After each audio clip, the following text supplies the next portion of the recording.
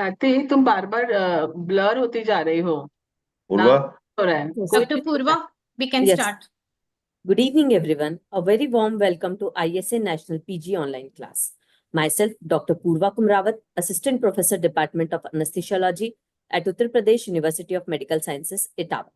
I, along with Dr. Bhagyashree, will be your screen coordinator for today's session, and the subject of discussion will be central neuraxial block in pediatric patient, with a case discussion on 4-year-old child posted for hypospadiasis correction surgeries. As we all know, central neuraxial block is of fundamental importance in pediatric patients as it offers effective pain management, reduces the need of systemic opioids, and promotes faster recovery and mobilization. With this introduction, let us start the session. But before going ahead, I would like to invoke the blessings of Goddess Saraswati in the form of Saraswati Vandana.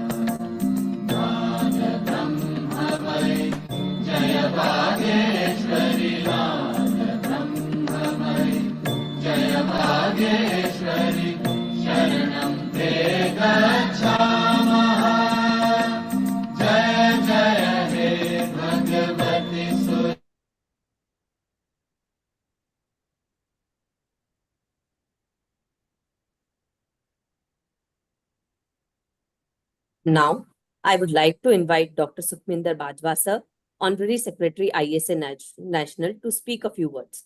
Over to you, sir. thank you, Dr. Purva. I think this topic is of a very good clinical relevance, the pediatric neuraxial anesthesia, because in the last 3 decades, we have seen a great evolution in this field. Because when I joined as a PG student, at that time, majority of the surgeries were carried out in the general anesthesia. Later on, we started switching up to the different type of needles and depths and the saddle and this one caudal and all those type of things evolved over the years. Then also the blocks also came into view as the science advanced in the last 3 decades. But the central neuraxial block is a very safe in pediatric patient, provided you know the anatomy as well as the physiology of these type of patients. And there are certain, apprehensions concerned with this anesthesia, I think, which should be clear and good for even the practitioners also. In the periphery, many practitioners are now doing the central neuraxial blockade in the pediatric patient for these uh, groin surgeries. So this is a good class, both for the PG student as well as for the practitioners. I think we will be listening more from the team, GMC Nagpur. So back to you, Purva. You just can start the proceedings from here. Thank you, sir. You are a guiding force in our community, and we are honored to have your insights with us today. Moving ahead, I would like to call upon Dr. Bhagyashree, my co-screen coordinator, to welcome and invite our esteemed faculty members and to carry the session forward. Over to you, Dr. Bhagyashree. Thank you, Dr. Purva. Good evening, all. Myself, Dr. Bhagyashree Gopanar, Assistant Professor, Department of Anesthesiology, Government Medical College, Ernakulam, Kerala. I am the co-screen coordinator for today's class. I am pleased to introduce our eminent faculties who will be leading today's session. Dr. Megha Tajni ma'am, Dr. Umesh Ramtani sir, and Dr. Vishali Angalwar ma'am.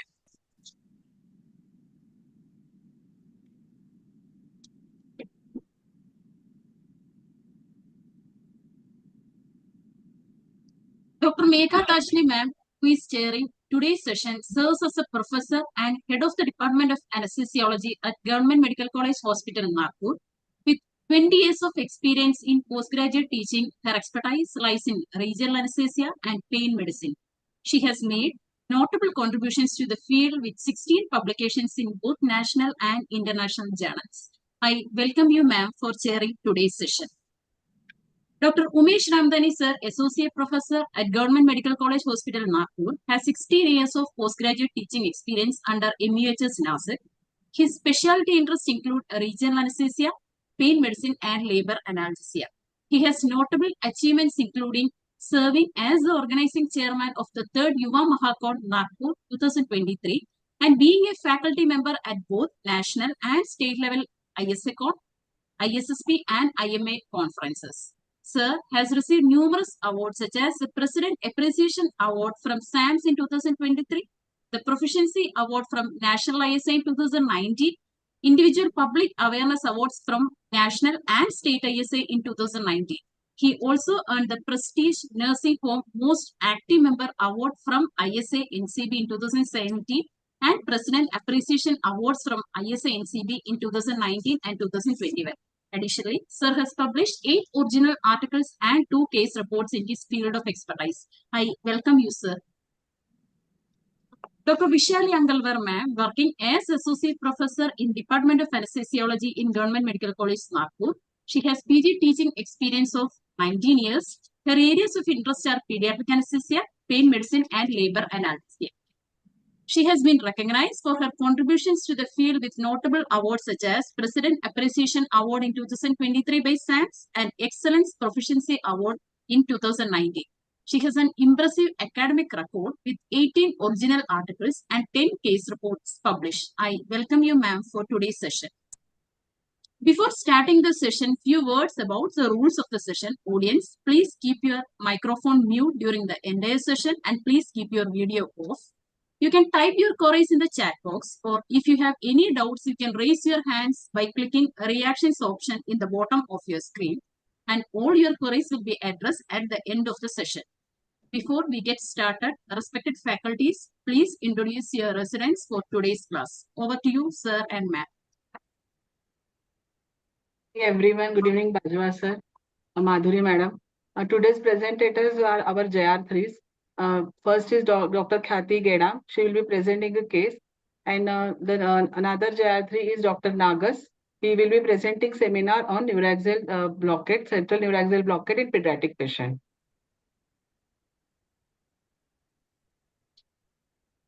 Okay, ma'am. Can we move ahead? Yes, please.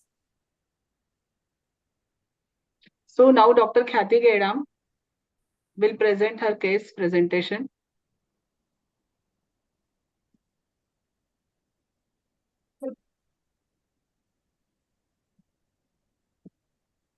Good evening, respected seniors. Myself, Dr. Khyati Geda, Junior Resident 3rd year in the Department of Anesthesiology from GMCH, Nagpur. So I will start with my case presentation. My patient is a 4-year-old male child brought by parents to the pediatric surgery OPD with the complaints of poor and downward urinary stream since birth. Informant was mother and history was reliable. History of presenting 4-year-old male child presented with the complaints of and downward stream of urine since birth. Patient was diagnosed with this defect at birth and patient was advised surgical repair after 1 year of age.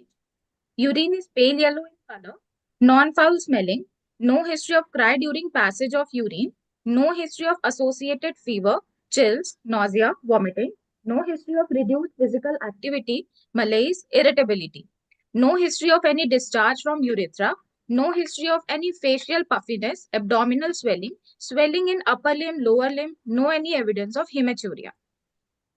Past history, patient had similar complaints since birth, no history of recurrent urinary tract infection, no history of cough, cold, fever, no history of recurrent upper respiratory tract infection, no history of bluish discoloration of body, no history suggestive of any other congenital anomalies, no history of recurrent hospital admissions, no history of allergies, no history of any drug intake. ANC history, mother had no history of any drug intake during the time of pregnancy or any infection. Birth history, full-term normal vaginal delivery. Birth weight was 2.8 kgs. Cried immediately after birth. Passed urine and meconium immediately. No history of NICU admission. Neonatologist, after examining neonate, informed parents about the abnormal urethral opening. No history of jaundice, convulsions, feeding problems, no history of hospital admission. Developmental history on gross motor, my child can stand, hop, skip with one leg, can catch a ball. Fine motor can copy a square and make a cross. Speech and language can tell long story, ask meaning of new words. Social and adaptive skill, he listens eagerly to stories and can wash his own face. Nutritional and feeding history. No history of loss of appetite. Patient was exclusively breastfed till 6 months of age and now taking solid food. Immunization history, complete till age. Personal and family history. My patient was first by birth order, born out of non-consanguineous marriage, and rest of the family history is not significant. So on the basis of history only, my provisional diagnosis is my patient is a 4-year-old male child, first by birth order, born out of non-consanguineous marriage, with poor and downward urinary stream, most probably a case of hypospadiasis posted for repair surgery. On clinical examination, general physical examination, child is well nourished, playful, comfortably sitting in mother's lap, no any dysmorphic features, no any obvious deformity. Child was afebrile, pallor, icterus, cyanosis, clubbing, edema. Vitally, heart rate 100 beats per minute, blood pressure 90 by 50 mm of Hg, saturation 100% on room air, respiratory rate of 20 per minute. On CVS examination, S1, S2 were present, no murmur heard. On RS examination, air entry bilaterally equal, no any adventitious sounds were heard. Anthropometry, height 102 centimeter, weight 18 kgs, head circumference 50 centimeter, chest circumference 80 centimeter, mid-arm circumference 16 centimeter, upper segment to lower segment ratio 1.2:1, and arm span of 100 centimeter.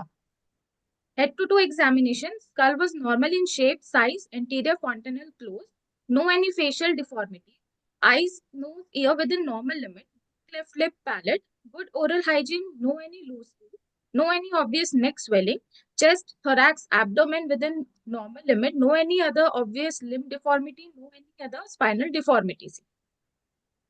On airway examination, facial deformities, mouth opening adequate, Mallampati classification, grade 1, oral cavity, no loose tooth, neck on local examination, patient urethral opening was present on the ventral aspect of the line shaft. No any redness was seen. Scar sinus fistula was seen. No any discharge. On palpation, there was no any tenderness, no any local rise of temperature. Systemic examination. On CNS examination, child is conscious, playful, oriented to time, place, and person. CVS examination, S1, S2 present, no heard. This examination, air entry bilaterally equal, chest clear, and on per abdomen examination, it was within normal. So after clinical history and examination, my final diagnosis is it is a case of 4-year-old male child, first by birth order, born out of non-consanguineous marriage, with weight 18 kgs, with hypospadias, posted for hypospadias repair surgery under ASA classification 1. So, first of all, good evening all. Now this case, as far as surgical pathology is concerned, the diagnosis is very clear. So let's discuss the history part. Now you covered many points in negative history. So what was the importance of that? Actually, what do you want to rule out by asking all those questions? Sir, as my child was having complaints of a poor and downward urinary stream, so I also wanted to rule out any associated urinary tract infection. That's why I asked for any cry during passage of urine, associated fever, chills, malaise, decreased physical activity. And to rule out any renal involvement, I asked about any evidence of hematuria or swelling of the face or the body.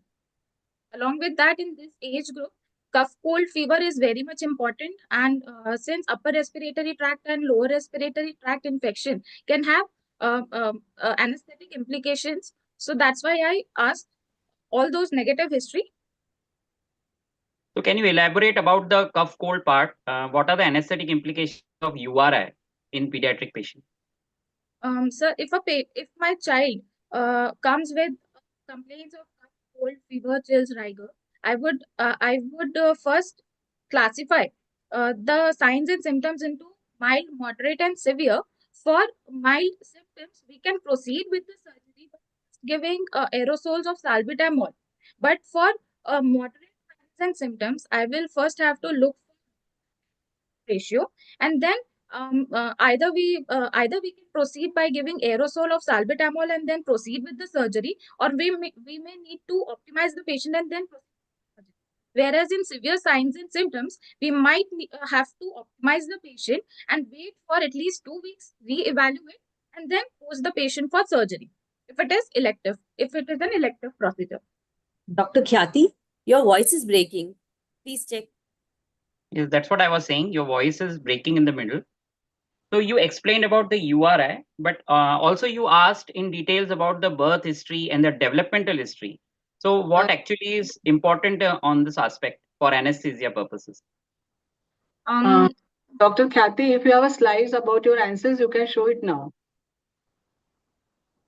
So this slide was a proposal for decision algorithm for a child with cold. It is given in Miller. Okay. So you answered Dr. Umesh Ramtani's question now. Yes, ma'am. Ma'am, in the so this slide you have divided mild, moderate, and severe, which you explained just now. So now what I was asking, that what is the importance of birth history and developmental history for us? Yes, sir.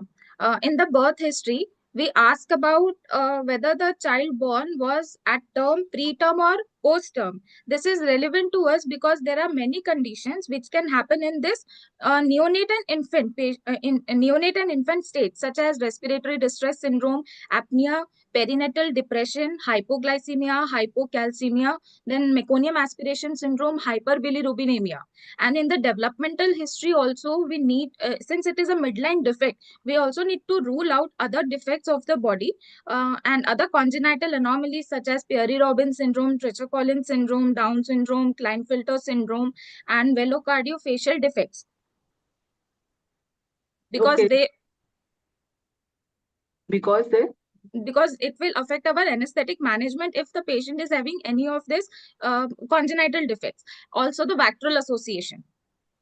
Okay, because hypospadiasis is a midline defect. So you will see for the other midline defects like cleft lip, cleft palate. Cleft lip, cleft palate, tracheoesophageal fistula, cystic hygroma. Okay. Okay. Now, Dr. Khyati, what is the importance of you in the clinical examination part? You covered detailed clinical examination. So what is the importance of anthropometric assessment you did? You mentioned all the parameters. Yes, sir. Anthropometric assessment tells us about the nutritional status of the patient. Along with that, the weight and the height is more important to us, as it will help us in calculation of drug doses that we will use for giving general anesthesia or regional anesthesia to the patient. Along with that, it will help in selection of the endotracheal tube sizes or LMA sizes, then oral airways, perioperative for the perioperative fluid calculations also it will help, and also for calculating blood volume if we need to transfuse the child. Okay, very good. Now, Dr. Khyati, I would like to ask you one question. Can you enumerate airway-related differences between pediatric patients and adult patients? Yes, ma'am. If you have a slide, just okay. Thank you. Ma'am, so the airway differences are the pediatric age group, they have large occiput as compared to the body. They have small nostrils, they are obligate nose breathers, and they have relatively large tongue. So all of this can cause airway obstruction. Then they have small floopy omega shaped and more cephalad placed epiglottis. So there can be difficulty in laryngoscopy. The position of larynx in neonate is at the level of C3 and C4, C5 at 6 years of age. Cricoid cartilage is the narrowest part in pediatric patient, whereas it is vocal cords in adult patient. So we need to use smaller sized uncuffed endotracheal tube in pediatric patient. Tracheal length is 4 to 5 centimeter in pediatric patient, which can result. So there are chances of accidental extubation and main stem intubation in pediatric patient. Cartilages are soft, they collapse easily, so we need to reduce the required pressure. Lumen is narrow and circular. So soft tissue edema of even 1 mm can decrease the diameter of the lumen by 60 to 70% and can cause airway obstruction. Diaphragm is placed higher, and it has type 1 fibers which are less mature as compared to adults. So that is why there is increased respiratory rate in pediatric population. Along with that, ribs are more horizontally placed, so there is no bucket handle movement. Alveoli are also less in number and less mature as compared to adult patients. Yes, very good. All these anatomical differences in the pediatric patient from adult leads to the early desaturation. So we have to be very careful. Now, next question is for Dr. Nagas. Dr. Nagas, hello. Yes, ma'am. Can you just explain in short about the physiological considerations in pediatrics patient? Oh, sure, ma'am. Ma'am, the physiological. Yes, ma'am. I have slide. I will show it. The physiological differences in or physiological consideration in pediatric in this age group can be described system-wise, ma'am. Considering central nervous system, there is increased body surface area to weight ratio, ma'am. So there is increased risk of hypothermia. Also, they are having less insulating fat tissue, which will also adds on to the risk of hypothermia. They have poorly developed blood-brain barrier, which leads to risk of drug toxicity. There is increased cerebrospinal fluid volume in this age group. So we need to give more drug dose in subarachnoid block.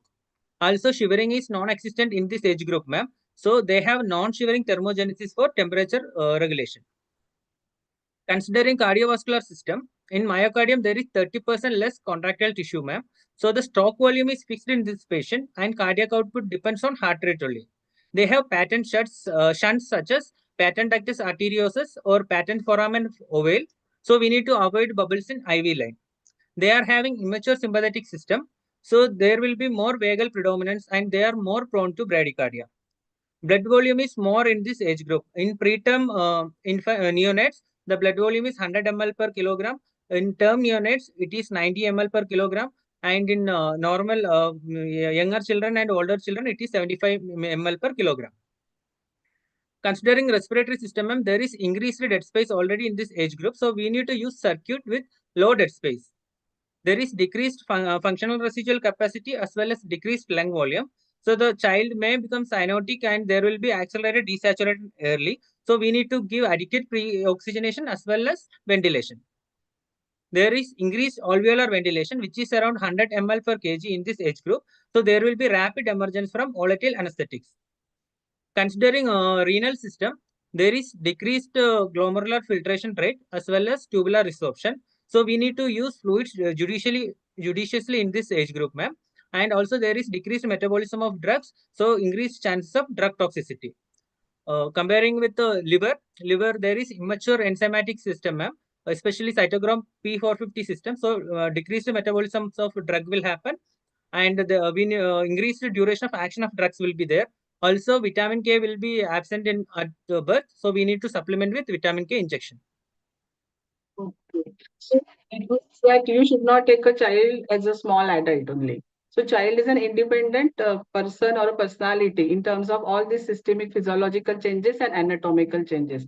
Okay, Yes, earlier it was a theme that child is a small adult and the treatment used to be like that only. But over the years it has changed. The pediatrics is now a different entity. Okay. Now, now Dr. Nagas, Khyati, which circuit you will like to use for this patient? As Nagas said, increase dead space, use circuit with low dead space. Ma'am, we Jackson-Rees circuit, ma'am.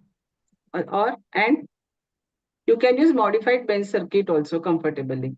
Okay. Now, Dr. Khyati, what will be the investigations you will like to advise for this patient if he is posted for elective surgery, hypospadiasis correction? You have taken a history, you have examined him.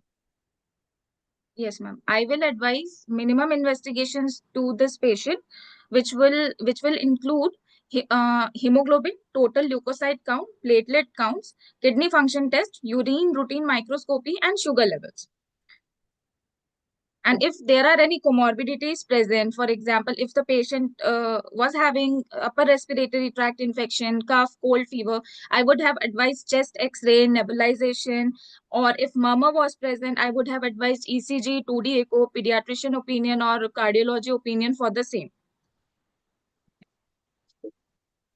So now, accordingly, you would advise the investigations, and then suppose the question to Nagas, suppose this patient is now posted for elective surgery, as madam has said.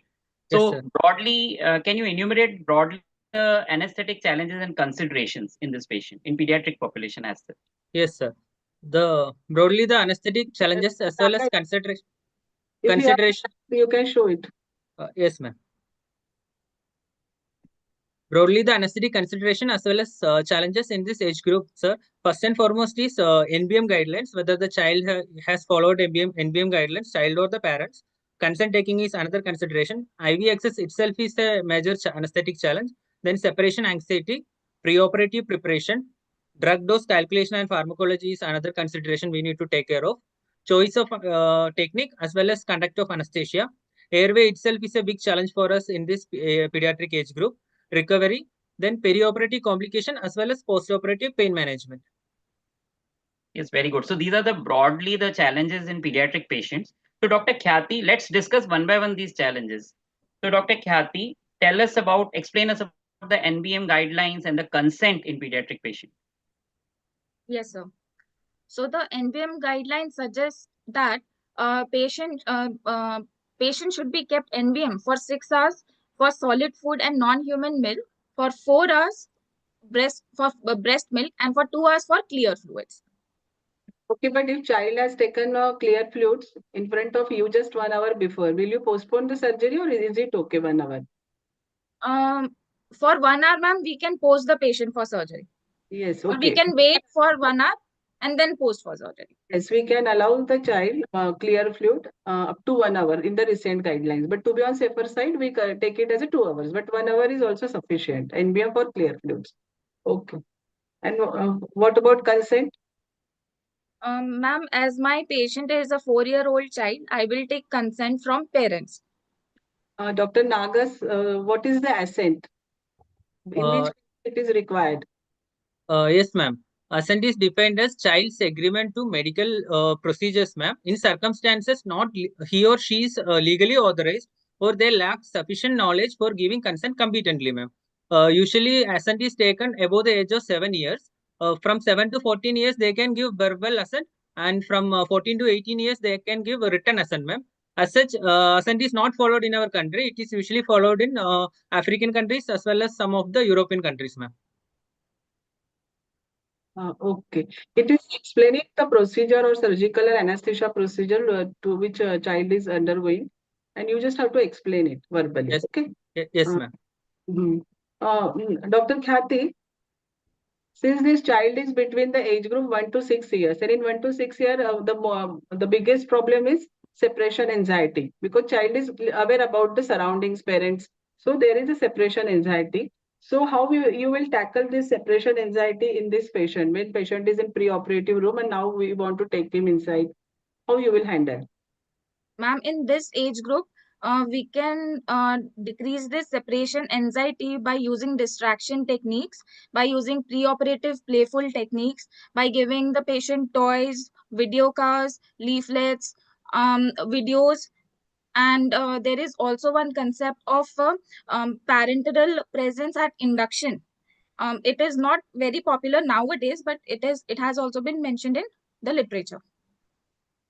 Okay, parental presence induction PPI, and you can have in that induction room you can allow the mother and you can keep the baby in lap and you can do sevoflurane inhalation induction and just then take the baby inside. Okay, but still it's not very common because if the parents went down, then who will take the responsibility? So very few centers are practicing this.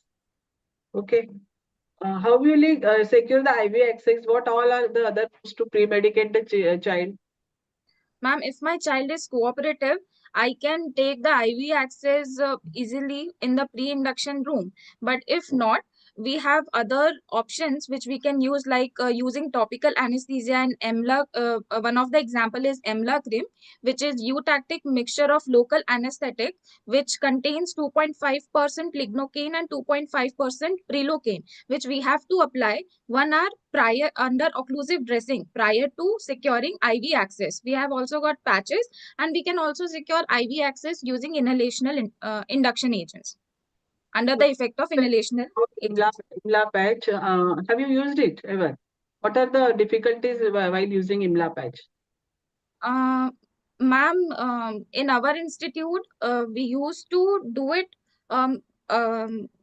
like long time ago, but because the child, if they are uncooperative and they are so they can remove the dressing. So this will there will not be the we will not get the proper action of EMLA cream because it has to stay there for 1 hour, and because of the hot and humid climate, the dressing may fall by itself. So these are the problems that we get if we use. What are the other remedies can be used for in the preoperative room to tackle the take the IV access? Ma'am, if we are not successful in securing IV access, we can give pre-medications by other routes. Like we can give pre-medication using oral route.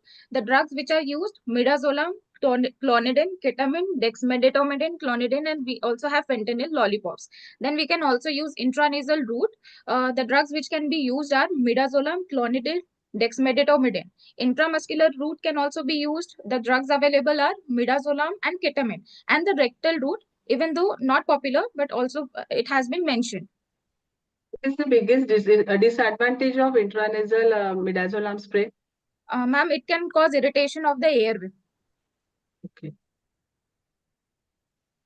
So now we have secured the IV in the pediatric patient. Now this is the biggest challenge which we have crossed. So my question to Nagas, now inside the OT, what are the preparations you will do, and what are the important points you will look after in the OT? Yes, sir. So the preoperative preparation inside OT, all anesthetic equipments as well as basic drugs and emergency drugs should be I will be checking whether it is available and is in good working condition. And OT temperature will be maintained at a neutral thermal temperature.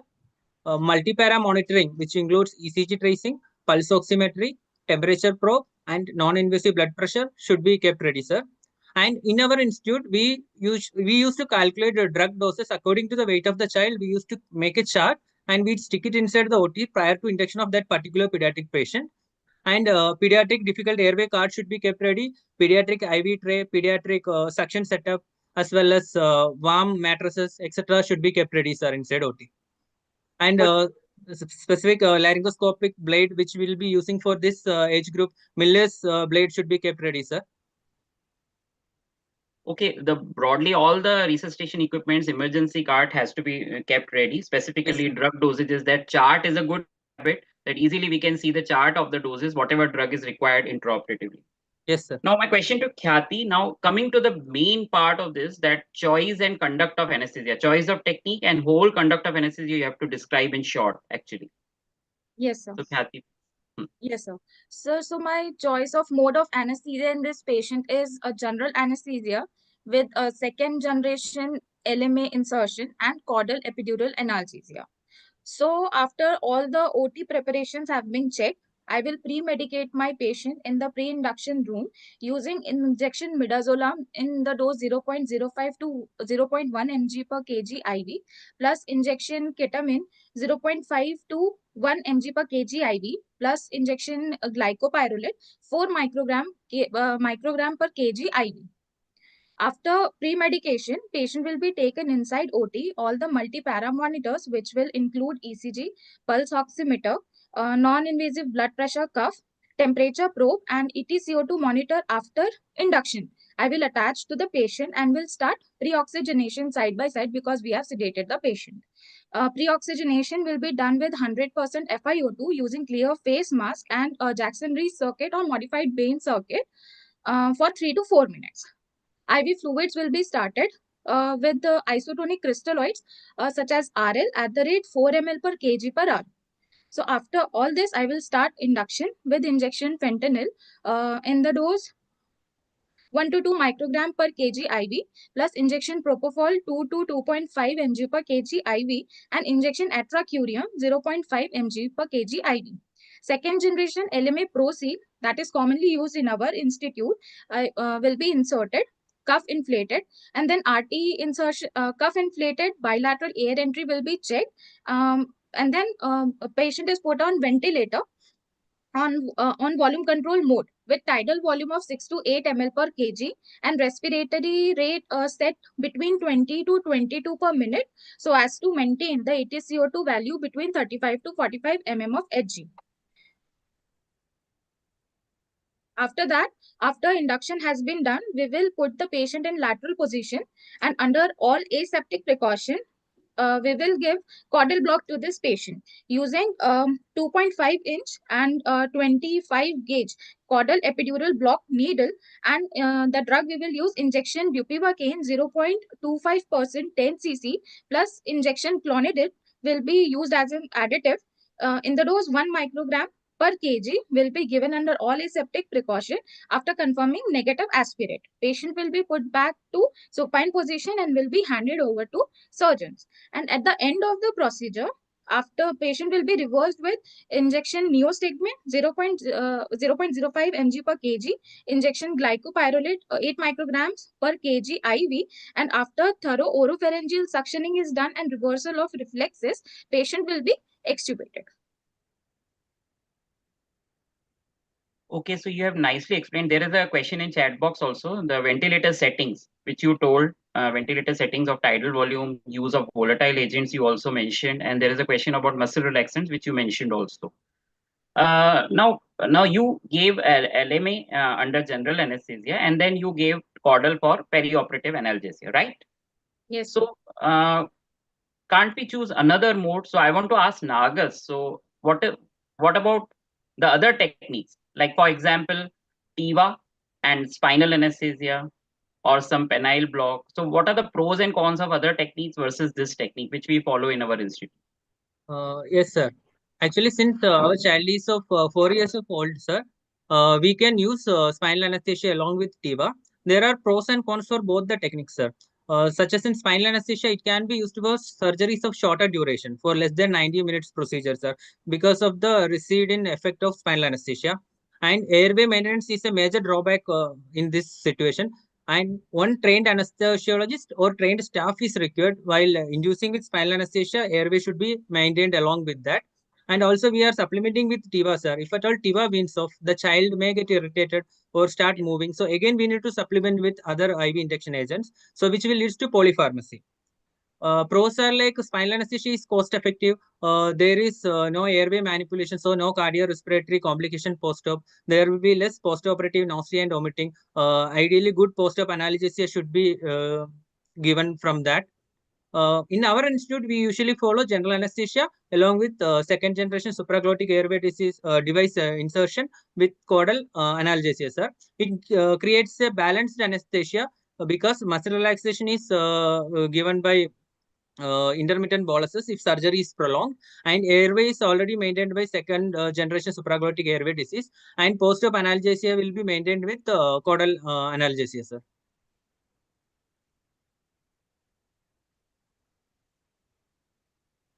So my next question is to Dr. Khyati. Dr. Khyati, what are the perioperative complications you are expecting in this child? For what you will be prepared to manage? Since child pediatric anesthesia is always challenging, anything can go wrong. So what all complications you are anticipating? Yes, ma'am. The perioperative complications that we can anticipate here are light plane of anesthesia intraoperatively, which can cause a hemodynamic instability in this patient. Slide for this, can you change? If not, then go ahead. Then, ma'am, there are risk of hypoglycemia, hypocalcemia, fluid overload, hypothermia with that bronchospasm, laryngospasm, post-extubation croup, post-operative pain can be a problem, and emergence delirium. Okay. How do you manage post-operative emergence delirium? What is the incidence? Dr. Khyati? Dr. What is the incidence of post-operative emergence delirium in this age group and how you manage? Ma'am, I'm not sure about the incidence of a post-operative emergence delirium, but management is divided into two parts, pharmacological and non-pharmacological. So, non-pharmacological includes ensuring the child's safety, reassurance, counseling, and removing all the physical discomfort that the child may have. Then the pharmacological modalities include giving. You can call the mother or father with him. That will be the first step to calm down the child. Okay. Yes, ma'am. We follow that. Before shifting the patient in recovery room, we call the parents and keep him standing or sitting. So whenever child sees his parents, he is calmed down. Okay. That is one of the non-pharmacological method. Yes, ma'am. Pharmacological method includes giving injection midazolam in the dose 0.1 mg per kg. We can also give injection propofol 1 mg per kg.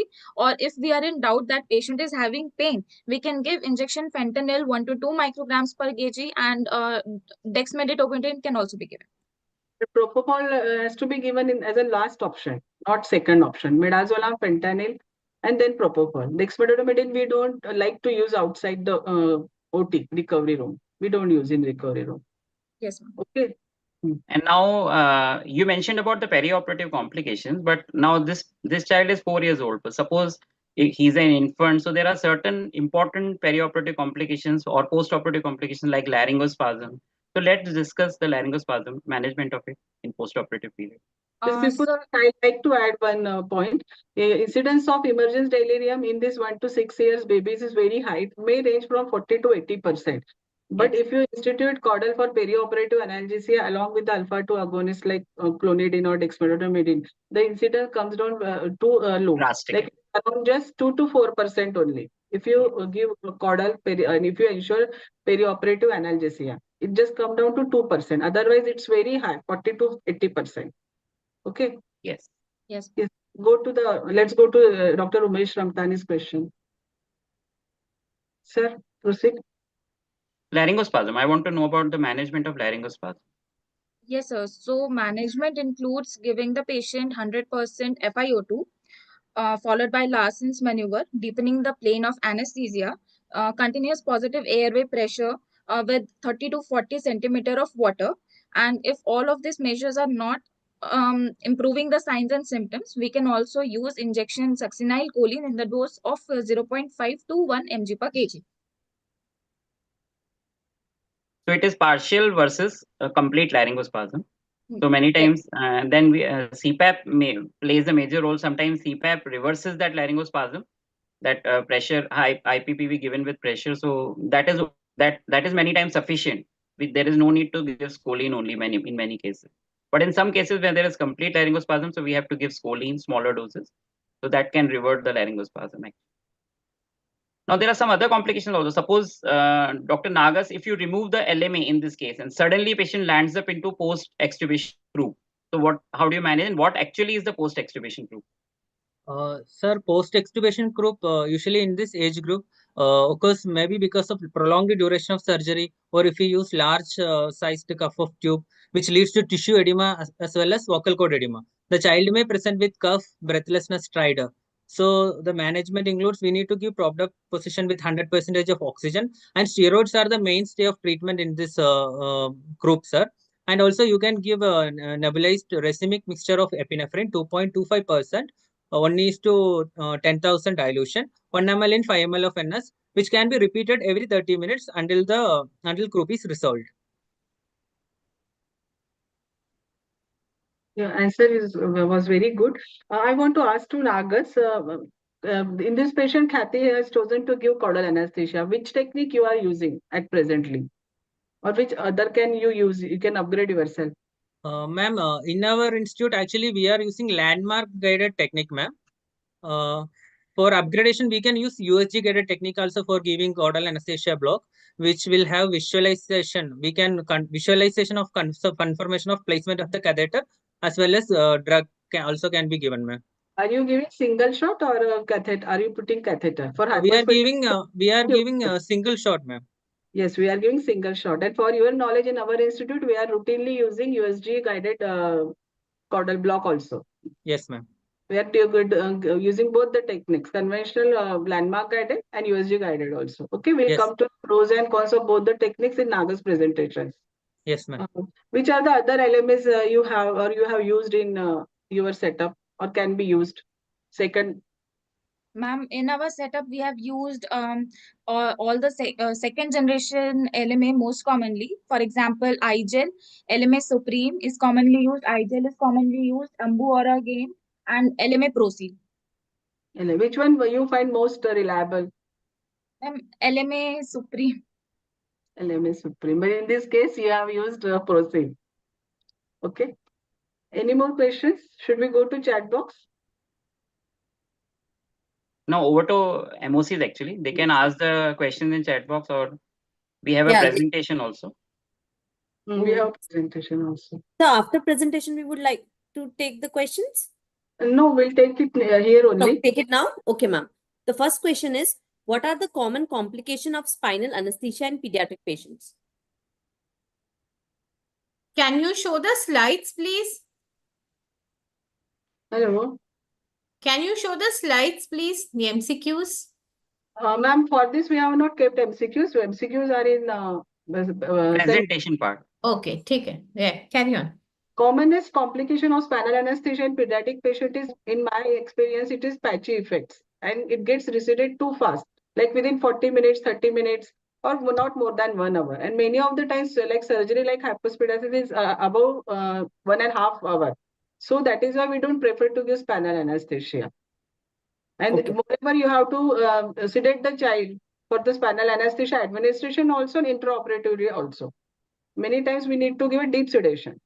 That is a disadvantage of giving spinal. And one more disadvantage, which our plastic surgeons feels, that engorgement of penis or increased length in penis, which may lead to the formation of cutaneous fistula in hypospadiasis surgery. Although the relation between the regional anesthesia and development of cutaneous fistula is not established yet, but still some people have bias in their mind. That this is a similar comment in the chat box also, that some urologists some urologists don't like caudal block because and spinal block due to this reason only. You tell but those again, there is urologists to go to the 2022 RCT published in Pediatric Surgery Journal, Euro Journal only, where they have conducted RCT, included 50 patients, and he has kept both the groups, general anesthesia with caudal and without caudal. And in both the patients, in both the groups, two patients had a development of cutaneous. Yeah. So nothing could be established, and author himself has suggested that don't deprive the patients from the benefits of caudal anesthesia in perioperative area. So we should continue giving caudal anesthesia, but of course we can stop not giving spinal. We can stop ourselves from giving spinal anesthesia. Thank you, ma'am. Surgery is more than 1.5 hours. Thank you, ma'am. Dr. Raja Gopalan wants to ask, which will be the better for post-op analgesia, penile block or caudal?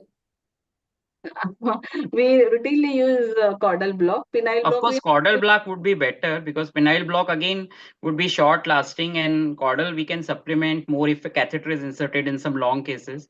And caudal has quite significant amount of analgesia. Many research papers have proven that, and there are many studies which are comparing penile block versus caudal block. Penile block has a unpredictable absorption, actually unpredictable effect, and there is sparing of glans penis pain, which doesn't go with penile block many times.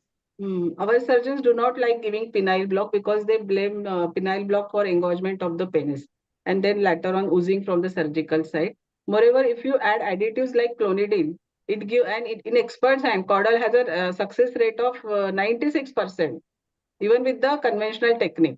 And it gives a postoperative analgesia up to 24 hours. And if you add dexmedetomidine, it may give postoperative analgesia up to 36 hours. And we have conducted studies, thesis in our institute and proved to the surgeon. Now, surgeon comes to us, madam, time लगेगा तो चलेगा, पर please इसको caudal दे दो, नहीं तो बच्चा बाहर बहुत रोता रहता है, वार्ड में भी बहुत रोता है. So it is now surgeon's demand to give caudal anesthesia. So we go with caudal anesthesia in this patient. Thank you, ma'am. Okay, ma'am. One more doubt, madam. Dr. Vidya says, is there any weight or age limit for caudal anesthesia in pediatric patients? Not at all. Even people are doing neonates and infants in caudal block. But the only thing that you should not add additives like clonidine, dexmedetomidine up to 6 months or 1 year. In many I think she wants to ask that the upper age limit, I think. So Nagas can answer this. Nagas. Infants can caudal can be given very safely, but the anesthetist has to be trained in that.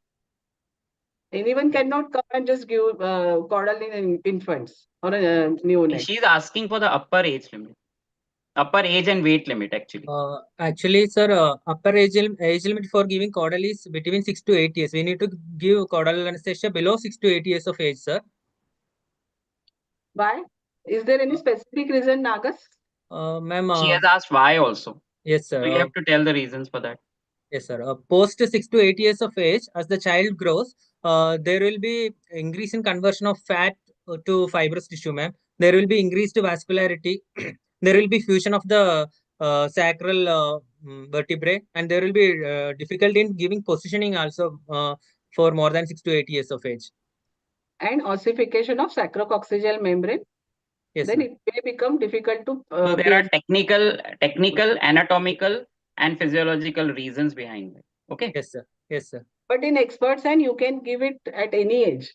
But if you have the anesthetist has to be expert in giving caudal anesthesia. Now USG is there, so we can in take chronic pain. In chronic pain, as such, we are giving in elderly also. We have given in 90 years female patient also. So there is no barrier of age. Only expertise increases. And Yes, now USG machine is there, so the success rate are very high. Yes. Okay, ma'am. Dr. Mohan Pathak asked if clonidine cause prolonged hypotension. What is your views regarding that? Not at all. In 1 microgram per kg dose, no hypotension. Even there is no bradycardia. Only thing there will be 15 to 20% drop in blood pressure and a heart rate. No We have to hypotension. titrate our doses. Basically, we can titrate our doses. We are not giving too much higher doses for analgesia. Basically, so that will not cause significant hypotension, and prolonged hypotension will not occur. Not at all. Not at all. Thank you, sir. Dr. Leena asks about in pre-medication, would you like to give Phenergan IM? No, IM route itself is less popular now in pediatric age group, and Phenergan itself is a very double-edged sword like of drug because it has too many side effects, and even in adults, its use is getting decreased nowadays. So in pediatric age group, absolute no for me. Thank you, sir. And Dr. Leena again asks, how will you check caudal space conformation before giving drug under general anesthesia with the endotracheal tube or LMA? Nagas can answer this question. Nagas? How to check the caudal analgesia effect under general anesthesia? How we are checking? Actually, we are monitoring the hemodynamic parameters, sir. Tell about the SUSH test.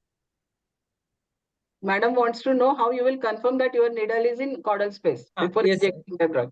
Yes, ma'am. Yes, ma'am. After piercing the sacrococcygeal, actually, I will be dealing that in my presentation, ma'am. So after piercing the sacrococcygeal membrane, we will be feeling a classic poke. So while giving the drug, either we can auscultate the flow of the drug, or also we need to see for any leakage of the drug into the subcutaneous tissue also.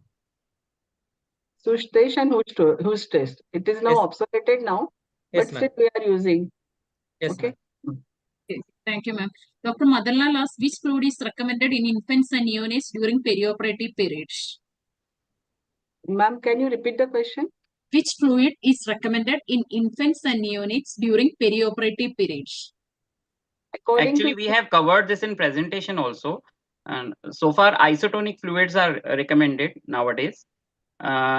We follow, generally, this is the 4-year-old child, but we generally follow the no dextrose fluids, actually. So we can use RL or we can use balanced salt solutions nowadays. But if the children is infant, for example, if a child is an infant or less than 2 years, so we can add dextrose containing fluids in that because those patients are more prone for hypoglycemic episodes. But broadly, isotonic fluids are fluid of choice nowadays, especially in regional anesthesia when we are giving central neuraxial blockade. In case of infants and neonates, if a child is having liver insufficiency or some other sepsis and all, then you can add in 80 ml of RL, you can add 5% of 5% dextrose, 20 ml. So you can make the solution 1% RL or 2% RL if you want to add the dextrose. Earlier we used to give 2% RL, but now we have stopped and we are giving only RL. Okay, Thank you. thank you. Ma'am, somebody else wants to ask, is child's irritable behavior, restless behavior on table at the time of induction correlates with the incidence of emergence delirium? Emergence delirium is usually post-operative after the extubation, emergence from anesthesia. So that is called emergence delirium. Yes. If patient is thrashy on the table, then you have IV, you can give fentanyl midazolam. You can calm down the child and then put the mask. Because before sedating, if you put the mask, he will become more thrashy. You have an advantage of secured IV line. If you are not having IV line, then you can give your mobile. If that is also not working, then I shouldn't say on the stage, but you can keep the scented mask forcibly and sedate the patient with sevoflurane and oxygen. Sevoflurane will be kept at higher dial rate, like 4, 5, 6 at your ease. That will sedate the child within 3 minutes. And then you can take IV, you can put monitor. But meanwhile, you can use a finger probe to monitor SpO2 and heart rate. Okay. Thank you. Thank you, ma'am.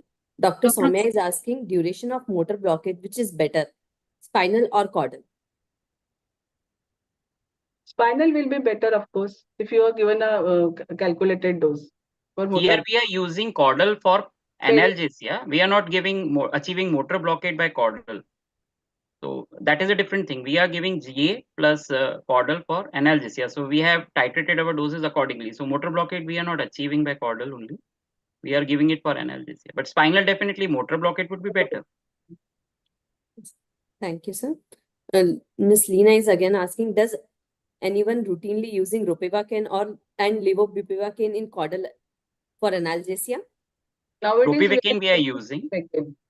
0.2%. Levobupivacaine we have not started using in caudal basically. But ropivacaine we are using. But literature has proven that levobupivacaine also is beneficial, especially if a child is having cardiac lesions, some cardiac comorbidities, we want cardio stability. So there we can use levobupivacaine also. But ropivacaine has a stronger level of evidence nowadays. And when we are using bupivacaine, it is usually 0.125% for perioperative analgesia. And ropivacaine is 0.2%. The volume will be as per the Armitage formula. Yes. That will be explained in Naga's presentation. Should we move on? Ma'am, there are few more doubts, madam, about the role of suppository in analgesia by Dr. Madanlal. Role of suppository in analgesia. It's always a good option. Like you can use paracetamol at the rate of 22 at the dose of 20 to 40 mg per kg, 6 hourly or 8 hourly as per the need of the patient. You can use diclofenac suppository. But since we are giving caudal, which is working very well, and if you are not in doubt, then we don't use suppository. But if you are in doubt that whether your caudal was placed properly or not, then we always use this paracetamol suppository, 20 mg per kg, 6 hourly. Okay, thank you, ma'am. Thank you. The analgesic. Dr. Ravi wants to ask, for post-op analgesia, diclofenac and paracetamol suppository, some added advantage. I guess he wants to ask what is the added advantage that you already covered. One question I am seeing that role of syrup Finargan, which is very safe.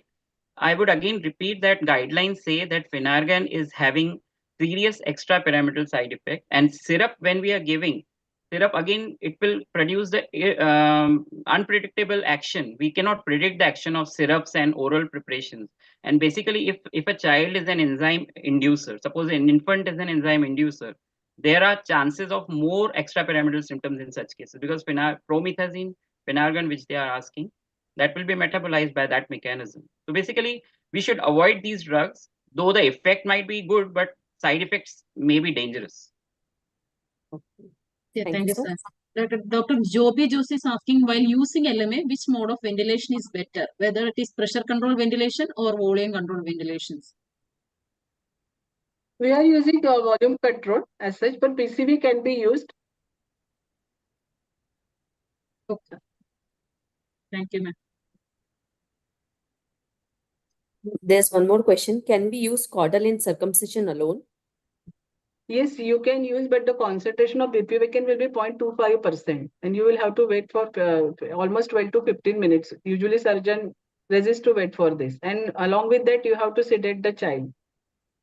You can give. We have done such cases like only caudal was given and sedation was given. But while sedation, you have to take care of the oxygenation also. Can be done. But 0.25% bupivacaine. Thank you, sir and madam. I think we have covered most of the questions.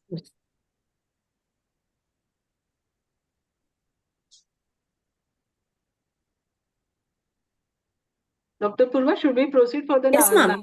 presentation? Yes, ma'am. Nagas? Yes, ma'am. So you start your presentation. Now, Dr. Nagas will present on central neuraxial blockade in pediatrics. We all are using central neuraxial blockade for pediatrics patients. So let's have a discussion. Yes, ma'am. Over to Nagas. Yes, ma'am. Very good evening to all the respected faculty. Myself, Dr. Nagaslalas, Junior Resident 3 from Department of Anesthesiology, Government Medical College and Hospital, Nagpur. I am going to discuss the topic central neuraxial blockade in pediatrics. Slide, please. Your presentation. Dr. Nagas, we are unable to see your PPT. Yes, ma'am, we'll do it. Just give 1 minute. But it's showing us your screen sharing. Yeah, you are screen sharing, but this is the last PPT. Last, which you have already presented.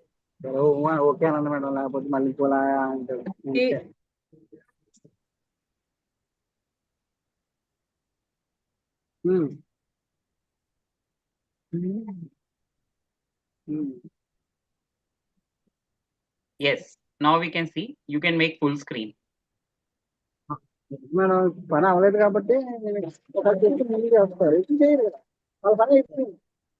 Is it visible, sir, now? Yes. You can proceed. Yes, sir. So I am going to discuss the topic central neuraxial blockade in pediatrics. As such, central neuraxial blockade in pediatrics is an integral part of everyday practice now, and it appears as a viable option for treating intraoperative as well as postoperative pain control in children. It is said that the most desirable achievement in pediatric surgery is when a child can sleep peacefully after surgery without pain. Here comes the advantage of central neuraxial blockade. So, before starting the seminar, I would like to ask you a question. So I would like to ask, so first MCQ of today's presentation is, first caudal block was given in which year? The options are 1953, 1973, 1993, and 1983. I think delegates can write their options on the chat box, and 30 seconds for that. The question is first caudal block in pediatrics was given in which year? Not in her. Yes. I can see 3 responses. Yes, they are very close. The correct answer is 1993. You have come with the right answer. Okay. So coming to the history, August Bayer in 1898 introduced spinal anesthesia. But interestingly, 2 of his first 6 patients were children. In 1900, Bainbridge reported a case of strangulated hernia repair under spinal anesthesia in an infant of 3 months. In 1993, Meredith Campbell has given the first caudal block in children. The first thoracic epidural technique was first described by Dr. Fidel Pages Murray in 1921. The first cervical spine epidural injection was performed by Rogliotti in 1933. So what are the benefits of neuraxial block in children? There will be reduced opioid consumption. There is less incidence of postoperative nausea and vomiting. There is less postoperative pain scores. There is reduced incidence of respiratory complications. Also, it lowers circulatory stress hormones. The types of central neuraxial blockade. According to the position of needle or catheter insertion, it can be spinal block, epidural block, caudal block, combined spinal and epidural block. The epidural block most commonly used in pediatric of this age group is lumbar epidural block as well as thoracic epidural block. According to the method of administration of local anesthetics, It can be a single shot technique. Intermittent bolus can be given.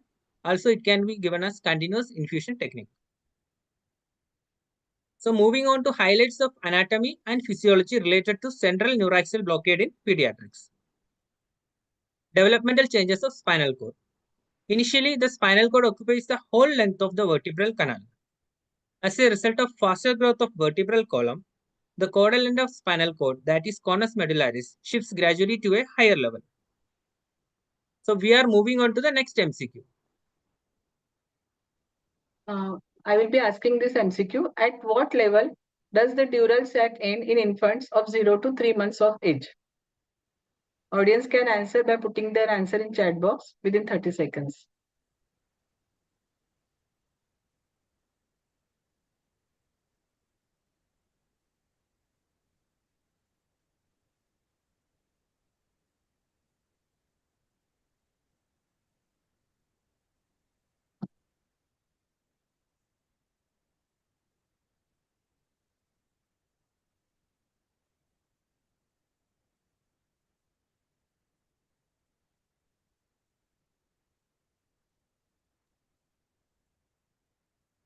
All answers are coming, ma'am. A, B, C, D, like that. Yes, yes. Should I tell the correct answer? Yes, ma'am. Yes, ma'am. So the correct answer is A, S3, S4, because it is 0 to 3 months of the age. Okay, we'll see in the next slide. Nagas, proceed. Yes, ma'am. The spinal cord terminates in smaller infants as well as in neonates at upper border of L3 level, whereas in adults it is lower border of L1 level. Whereas extension of dural sac in infants and neonates, it is S3, S4 level, whereas in adults it is S1 level. This is the answer of our MCQ. Taffius line or intercrystal line, which is at the level of L5 in infants and neonates, whereas it is at the level of L4 in adults. Sacrum is wider in infants as well as in neonates. So we are moving on to the pediatric factors as well as its anesthetic implications. There is lower termination of spinal cord in smaller infants as well as in neonates. So we need to avoid epidural as well as spinal approach above the L3 level. There is lower projection of the dural sac as we have seen now. So especially while giving caudal blocks, which is the most common technique we are using in pediatric people, we need to check for CSF reflex. There is delayed myelination of the nerve fibers. So there will be early onset of action of the local anesthetic agents used. There is lack of fusion of the sacral vertebrae, because of which we are able to do sacral and epidural approaches in this pediatric age group. There is delayed development of curvatures of spine. So we need to keep a straight orientation of needle while giving central neuraxial blockade. As we all know, cervical lordosis is attained by the age of 3 to 6 months. Lumbar lordosis is by 6 to 9 months. Another important factor is increased fluidity of epidural fat. So there will be increased diffusion of the drug and we will be getting excellent blockade characteristics. There is loose attachment of sheath as well as aponeurosis to the underlying structures. So there is leakage of the local anesthetics which we are using. So we need to give larger volume of local anesthetics under spinal anesthesia. There is enzymatic immaturity, especially cytochrome P450 system. So there will be slower or decreased metabolism of the drugs, which can lead to increased duration of action of the drugs. There is sympathetic immaturity in this age group. So the hemodynamic parameters are maintained during neuraxial blocks. There is lesser incidence of hypotension as well as bradycardia in this pediatric age group. There is low plasma protein content, especially alpha-1 acid glycoprotein, so that there is increased chances of systemic toxicity because the drugs are protein-free or unbound. Coming to the selection of materials and agents. First of all, pediatric size spinal needles. Most commonly, we are using Kungay's needle. Most common gauge is 22 gauge and 25 gauge of length 2.5 to 3.5 centimeter. So for children less than 1 year of age, we are using 1.5 inch length of spinal needle. Children of age 1 year to 4 year, 2.5 inch length of spinal needle. And 5 to 12 year of age, 3.5 inch length of spinal needle. Shorter spinal needles are better as they are more precise, they bend instead of breaking and have a smaller dead space. The incidence of total spinal anesthesia is very rare in this age group it is around 1 in 1 lakh to 27 in 1 lakh. So this is the pediatric size epidural set. As it is shown, for more than 1 year, we are commonly using 18 gauge 5 centimeter Tuhis needle with 20 gauge catheter. For less than 1 year of age, we are using 20 gauge 5 centimeter Tuhis needle with 22 gauge catheter. So after selection of equipments, we are moving forward to selection of anesthetic agents. Selection of anesthetic agent most commonly depends on site or extent of surgery, expected duration of intense postoperative pain, and duration of hospital stay. The most commonly used local anesthetic agents are lidocaine, bupivacaine, levobupivacaine, and ropivacaine. Lidocaine is used in a solution or concentration of 0.2 to 0.25% with a maximum dose of 5 mg per kilogram. Bupivacaine is used in a concentration of 0.125 to 0.5% with a maximum dose of 3 mg per kilogram. Levobupivacaine concentration is 0.125 to 0.5, whereas ropivacaine, it is 0.1%. Both are having a maximum dose of 3 mg per kilogram. So commonly used additives in pediatric neuraxial blockade. So why we are using additives? Additives will causes early onset of action of the particular block. There will be prolonged duration of the neuraxial blockade, and the dose of local anesthetic which we are using also can be reduced. So potentially it can also help in reducing local anesthesia systemic toxicity. So coming to the additives, fentanyl. Fentanyl via epidural approach, the recommended dose is 0.5 to 1 microgram per kilogram. To a maximum dose of 2 microgram per kilogram you can use.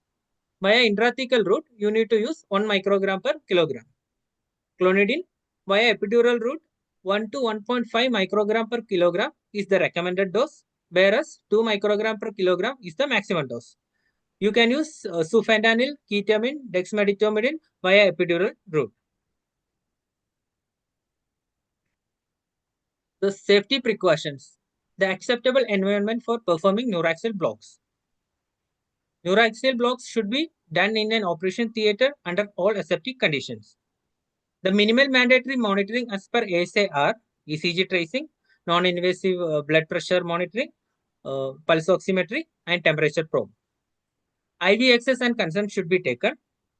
Anesthetic and emergency drugs should be kept ready. Resuscitation, all types of resuscitation equipments also should be ready. Experienced anesthesiologist is needed. And we need to keep checklist for local anesthesia systemic toxicity also. In general, the indication and contraindication of central neuraxial blockade. The indications include all infraumbilical surgeries such as inguinal hernia, urological surgeries, orthopedic procedures on lower extremities. We can use central neuraxial blockade. The contraindications include major malformations of the sacrum, open spina bifida, meningitis, intracranial hypertension, etc. So we are moving forward to one more MCQ.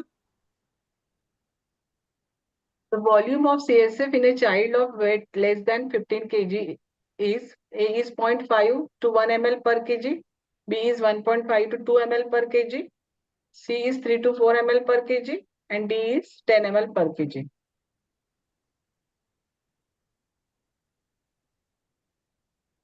Gave the audience only 4-5 answers.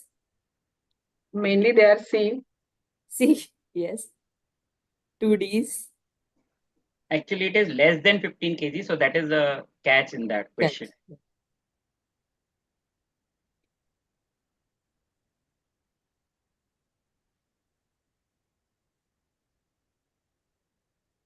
Majority coming with C, ma'am. Yes, C is the correct answer, 3 to 4 ml per kg. So, Spinal anesthesia. The spinal cord and dural sac of infants younger than 1 year of age ends at a lower level, as we have discussed earlier. So we are coming to the MCQ question. The volume of the CSF, it is 10 ml per kg in neonates, 4 ml per kg in infants weighing less than 15 kg, 3 ml per kg in older children, and it is 1.5 to 2 ml per kg in adolescent and adults. 50% of cerebrospinal fluid volume is located within the subarachnoid space, whereas it is 25% in adults. There is lower CSF hydrostatic pressure in pediatric age group. Children older than 5 years behave like adults after spinal anesthesia, whereas younger patients who are less than 22 years remain hemodynamically stable without significant hypotension or bradycardia. It is mainly because of sympathetic immaturity. Technique of spinal anesthesia. The position, we can use either lateral position or sitting position. Lateral position with head extended to avoid airway compromise. If it is an awake infant, firm grasp of the awake infant by an assistant is required. For neonates as well as young infants, 1.5-inch 25 to 26 gauge spinal needle with stellate is inserted at L4, L5 level. For more than 2 years of age, we need to use longer needle with smaller gauge. While inserting the needle, classic poke felt as needle enters the ligamentum flavum. Free flow of CSF should be checked.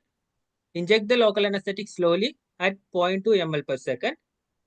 The child should remain supine and legs should not be raised for any reason.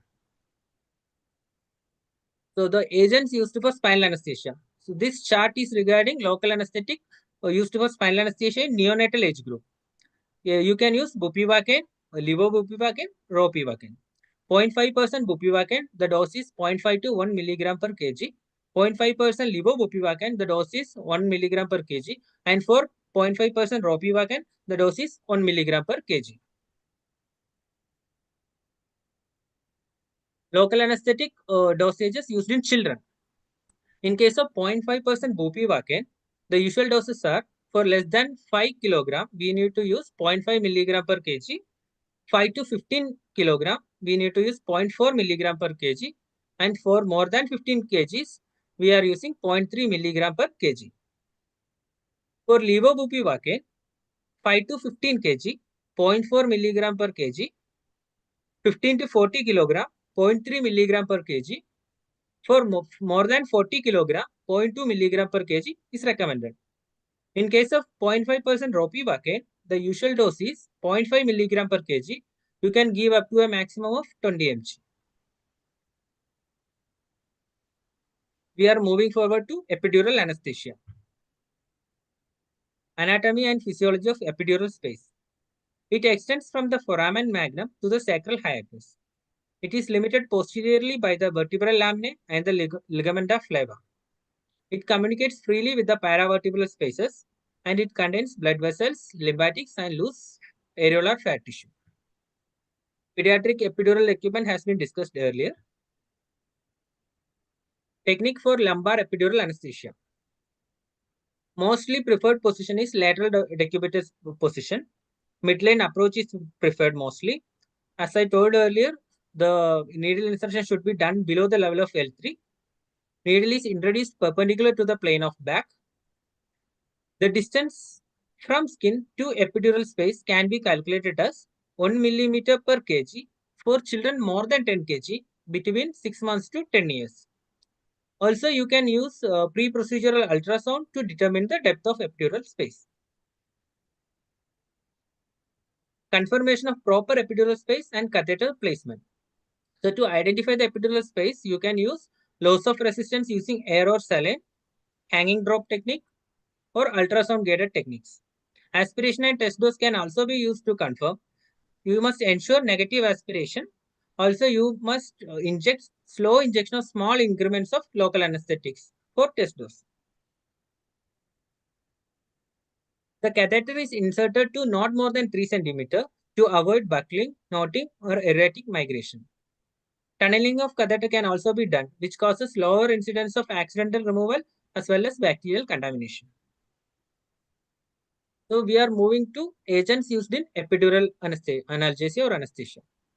The agents used are bupivacaine, levobupivacaine, as well as ropivacaine. Bupivacaine initial dose is used with a concentration of 0.25%. The doses are for less than 20 kg, 0.75 ml per kg, 20 to 40 kg, 8 to 10 ml is given. For more than 40 kg, you can give the same dose as adult. For continuous infusion, maximum doses, the concentration used is 0.125%. For children less than 18 months, 0.25 milligram per kg per hour infusion is used. For more than 18 months, 0.3 milligram per kg per hour is used. In case of ropivacaine, the solution concentration used is 0.2%. The doses are same as initial doses and continuous infusion doses in case of bupivacaine as well as levobupivacaine. And we need to take care that we should not infuse for more than 36 hours in infants less than 3 months of age. This is in case of ropivacaine. Now we are moving forward to the most commonly done technique in pediatric age group, that is caudal epidural anesthesia. We start with an MCQ. So now MCQ is all are true about sacral hiatus except. So option A is bounded laterally by sacral cornea. B, covered by thick sacrococcygeal membrane. C, V-shaped aperture formed due to lack of fusion of posterior third and fourth sacral vertebral arches. D, continuation of ligamentum flavum. Except.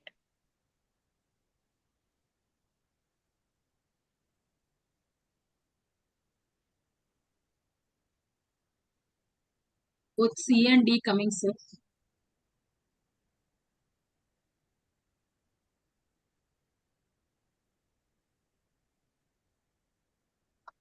Maximum are D only. Maximum D. Yes, sir. So in the next slide, we will come to know the answer of this actually. So, Nagas, proceed. Yes, sir. So anatomy of the sacral hiatus. It is a V-shaped aperture formed due to lack of fusion of the posterior fifth and often fourth sacral vertebral arches. This is our answer. The option So it the was answer given was C actually, because there it was written third and fourth sacral vertebra, which is the wrong answer. It should be fourth and fifth sacral vertebral arches. So answer was C. Okay. It is bounded laterally by the sacral cornua and it is covered by thick sacrococcygeal membrane and it is a continuation of ligamentum flavum. Contents of the caudal space. The contents are phylum terminale, sacral and coccygeal nerve roots, venous plexuses, fatty and areolar tissue.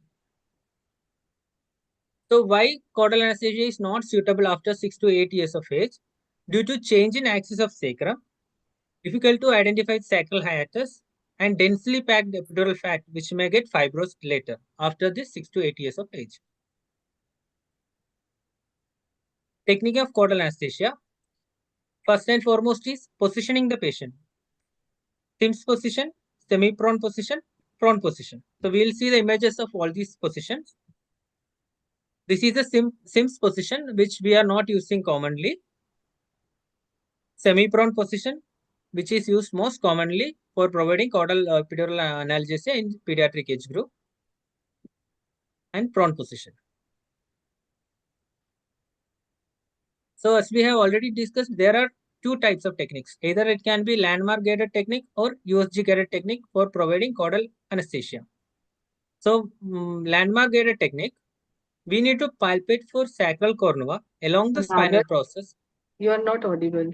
Okay, continue. Landmark guided technique, we need to palpate for sacral cornua along the spinal processes at the level of sacrococcygeal joint. The sacral hiatus along with both posterior superior and iliac spine forms an equilateral triangle. We need to introduce the needle in the midline at 45 degrees or less.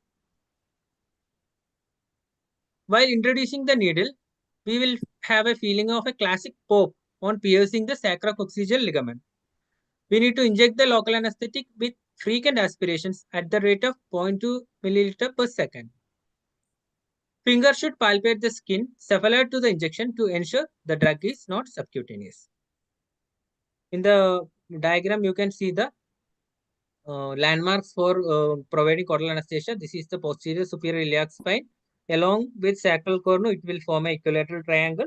So here we need to palpate for sacral hiatus. These are the various lengths of needles used for providing caudal anesthesia block. So we are commonly using Armitage regimen for calculating the drug dose in case of caudal anesthesia. We are choosing 0.5 ml per kg if all sacral dermatomes are to be blocked. For sacral and lumbar dermatomes to be blocked, 1 ml per kg of drug should be used, and 1.25 ml per kg causes blockade up to mid-thoracic levels. The most commonly used local anesthetic agent is bupivacaine.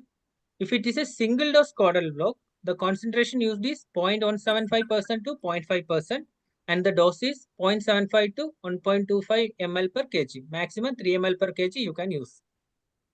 For continuous caudal block, 0.1 to 0.25% is the concentration, and the dose is 0.4 ml per kg. Coming to the technique using ultrasound, linear ultrasound transducer set at the highest operational frequency to achieve maximum resolution of the superficial anatomy. Transducer placed in longitudinal plane between the two sacral cornua. Sacrococcygeal ligament is identified. The needle is introduced at 20 degrees. In difficult cases, you can go for longitudinal paramedian approach also. Here you can see the transducer is kept in the longitudinal plane. It is a short axis view with out of plane needle insertion. In the second diagram, you can see the dural sac is visualized before injection of drug in short axis view. So the advantage of USG guided technique. So most commonly, the first and foremost advantage is that there is high success rate of first puncture. There is visual confirmation of correct placement of catheter and drug spurt. The appropriate catheter length can be inserted with the aid of USG guided technique. Also, we can prevent inadvertent dural puncture and risk of total spinal anesthesia. Block performing time is faster, and there will be less number of needle puncture via USG guided technique. So in general, what are the contraindications to central neuraxial blockade? Absolute contraindications to neuraxial blockades involves there will be severe coagulation disorders which can be constitutional or acquired, severe infections such as septicemia or meningitis, hydrocephaly and intracranial tumor process, allergy to the local anesthetics, chemotherapy such as with cisplatin, uncorrected hypovolemia, cutaneous or subcutaneous lesions at contemplated site of puncture, and parental refusal. Complications of neuraxial blockade. There can be local complications as well as systemic complications. Local complications, there is inappropriate needle insertion, damaging the nerve as well as surrounding anatomic structures. Tissue coring can happen, and there will be introduction of epithelial cells into tissues where they do not belong. Also, there can be injection of neurotoxic solutions. There can be leakage around the puncture site, which may cause partial block failure and favor bacterial contamination. It can also lead to cauda equina syndrome. While coming to systemic complications, there can be accidental intravenous injection of local anesthetics, or even excessive dosing can lead to systemic toxicity. So before going on to systemic toxicity, we will have one more MCQ about that. So what is the recommended dose of intralipid bolus as a treatment of LAST? A option 10% 1.5 ml per kg, B 20% 1.5 ml per kg, C 20% 0.5 ml per kg, D 10% 0.5 ml per kg.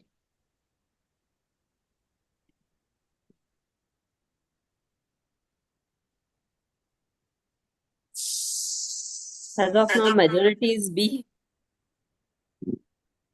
So I think so that is only the right answer, option B. So People have reduced the pulse concentration to 10%, few of the audiences. Since again, I will tell you the child is not a small adult. yes. In earlier days, we used to reduce the dose by 50%, like in 80s and up to 80s. But now the different doses guide are given for all pediatric patients. Yes. Okay, proceed. So before coming to the management of systemic toxicity, we need to know the symptoms and signs of local anesthetic systemic toxicity.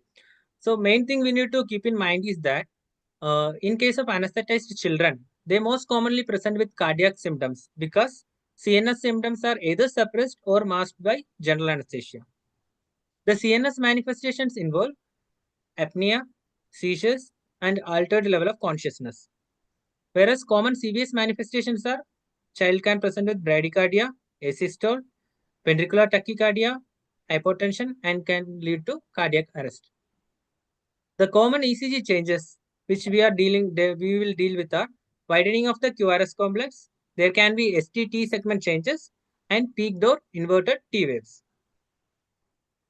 While talking about management of local anesthesia systemic toxicity, we need to have protective measures as well as specific management. Aggressive resuscitation of the airway is required in this case to avoid hypercarbia, acidosis, and hypoxia, because it can aggravate or worse the last. So later we may have difficulty in resuscitation in pediatric children who are undergoing last.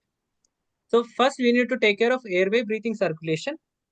Adequate oxygenation should be given. Cardiac massage should be done. Epinephrine. Epinephrine can be used in a dose of 1 to 2 microgram per kg, which is just to maintain the hemodynamic stability. Whereas for pediatric cardiac arrest resuscitation, we are using 10 mics per kg. If at all the child presents with ventricular fibrillation, defibrillation can be done with a starting dose of 2 to 4 joule per kg. Specific treatment is intralipid emulsion, which is of concentration 20% with a dose of 1 to 1.5 ml per kg given over 2 to 3 minutes, which can be repeated every 3 to 5 minutes during resuscitation up to 3 ml per kilogram. On evidence of recovery, you can start infusion 0.25 to 0.5 ml per kg per minute till 10 minutes after hemodynamic stability is achieved. So before ending the seminar, I want to ask one more MCQ.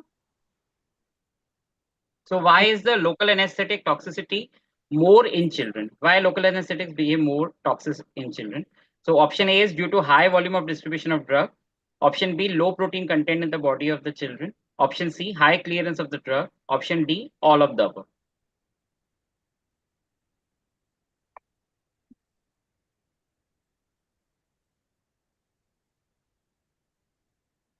I can see 148 participants, but answer are very few, that too by same people.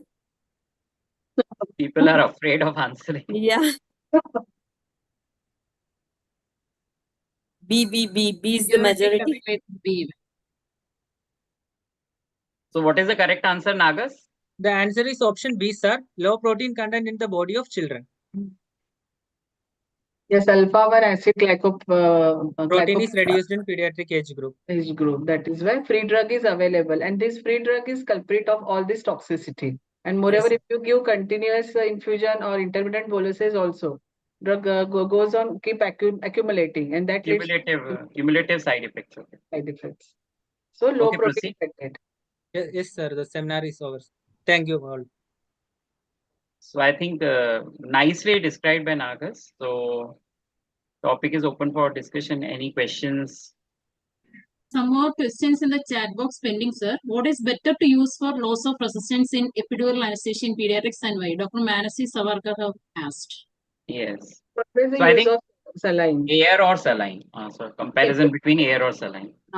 It's a comparison between air and saline, and we prefer to use saline because use of air may lead to the development of embolism, air embolism. So always saline. Next question is, Thank you. how will you assess the success rate of caudal block? As I told you earlier, if there is a 15% to 20% fall in heart rate and MAP or SBP, DBP, within 15 minutes of giving caudal block, if we are adding clonidine, and there should not be or minimal or stress response to the surgical incision. These are the two intraoperative manuals, and the most important is stable hemodynamics during the intraoperative period, and no emergence delirium in the postoperative period. These are 4 or 5 points which can diagnose that your block is successful. 15% drop in heart rate and MAP. Thank you, ma'am. Response to surgical stimulus. Thank you, ma'am. Upon what time we can give oral caloric fluid in the preoperative period? Next question is. It is up to 2 hours before the surgery. In India, I think it's not started yet, but now more and more are studies coming, caloric fluid. As far as European guidelines are concerned, they have allowed up to 1 hour also. But in Indian standards, we are still struggling with 2 hours only, actually, because education literacy level is low. So we find problems if we advise 2 hours before, तो mother पूरा खाना ही खिला के आ जाएगी बच्चे को. Yes, sir. In The India, next- it's challenging to maintain the NBM status of a child. Like when we give water before 1 hour, it's in the hand of some senior anesthetist. It's very hot in Nagpur. So if there is a waiting list, like patient maybe third or fourth, then we go and we feed them water. We don't allow relatives to give anything to them. Dextrose water or plain water. That's nice practice, ma'am. Next Dr. question. Dr. Muthukumar asks, do we get high spinal in pediatric patients?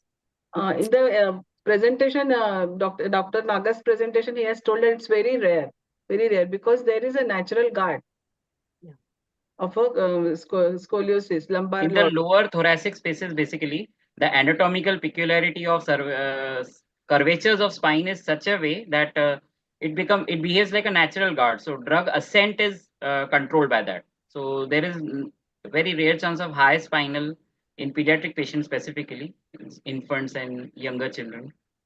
Moreover, if we give more high doses, then definitely high volume, then definitely there will be there. But as such, chances are less. Thank you, sir. Dr. Jose wants to ask, what is the last resort of treatment in last local anesthetic systemic toxicity? Last resort means we can use lipid emulsion itself, and as such, we have to adopt. Sometimes we have to repeat the doses.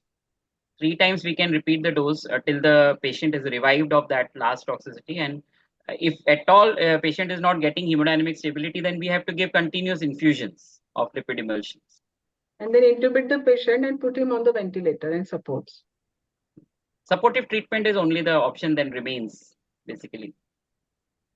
Okay. Dr. Muthukumar has asked about the NBO status in the postoperative period in pediatrics. Postoperative? NPO status in the postoperative period. Postoperative. This will be according to the surgeon and type of the surgery. Like for hypospadiasis, we usually start oral by 4 hours.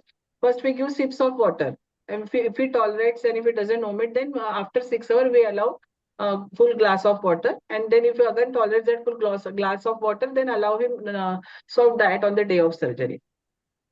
But if it's a hypospadiasis, if it's an intestinal or abdominal surgery, then it will go as per the surgeon's protocol.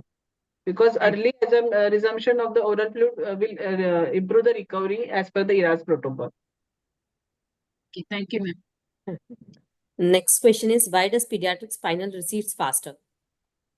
Basically, there are many reasons to this question. Now, like physiological differences, as already have been discussed, nerve receptors are not fully developed. The affinity of the local anesthetics is not developed. So faster detachment of the drug, and the volume of distribution is quite higher. So there is definitely diffusion of drug away from the spinal receptors is more commonly found.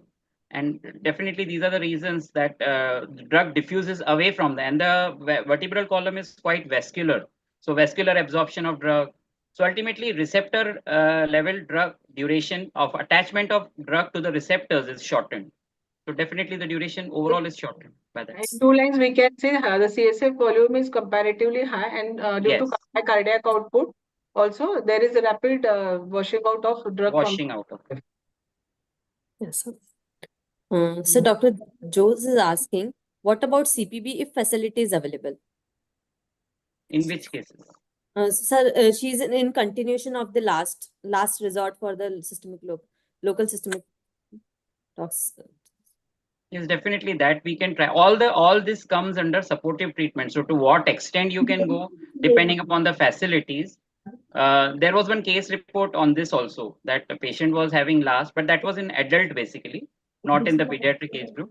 So that case report was discussed too much somewhere in European country, I don't know. But that case report was LAS was not recovering from anything.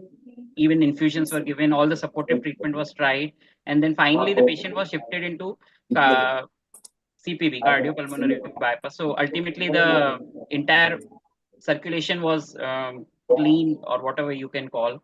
So all the local anesthetics was washed out and the circulation was re-established, and then ultimately patient recovered. So there was only single case reported, which so far my knowledge is concerned, and that too in adults. So depending upon the facilities, definitely that is an option. Thank you, sir, for enlightening us. Dr. Ahmad Hassan, can we give spinal anesthesia in a VSD patient, sir? No, we don't practice this in VS, not in adults also, not in pediatric also. It should not be given. Because And as it is other parameters, actually, it is very vague thing. We have to look other parameters also. Simply saying VSD, there are so many things, whether patient was having pulmonary hypertension, how was the shunt fraction, and what was the pressures in the chambers of the heart. There are so many other factors. So simply saying ki VSD patient, so it will be quite vague actually. We cannot answer this question. But as such, spinal would be guarded in such patients. If because VSD patient will definitely have PH associated with that, pulmonary hypertension. So in that cases, we in would my like to opinion, know. it should not be given. It should be general anesthesia because hemodynamics and respiratory parameters are in hand. In your hand. We all are Definitely. equipped with good anesthetics and anesthesia machines, workstation. Even we all have now post-op care also unit. Yes. So we should go with the general anesthesia because once panel is given, you cannot withdraw. There is a question of medico-legal importance basically. How medico-legally we are correct. If we are blatantly giving spinal in VSD, then suppose patient complicates later on. So medico-legal importance also should be considered in such case. But again, this is a very vague sentence actually. Thank you, sir. Dr. Shrishti wants to ask which one is safe between bupivacaine and ropivacaine hemodynamically. Of course, ropivacaine is safer as compared to the bupivacaine. Far safer. Hemodynamically, it is better, and motor blockade also is shorter. So early recovery. Nowadays, we are following fast track concepts everywhere. So ropivacaine would be better in that sense. And patients are done under daycare surgery like phimosis, congenital hernia. Then you can be comfortable with ropivacaine for caudal also or for spinal also. Early ambulation, early recovery. Thank you. Dr. Mohan is asking, are the chances of toxicity less with ropivacaine as compared to bupivacaine? We have answered this. Yes. We have answers.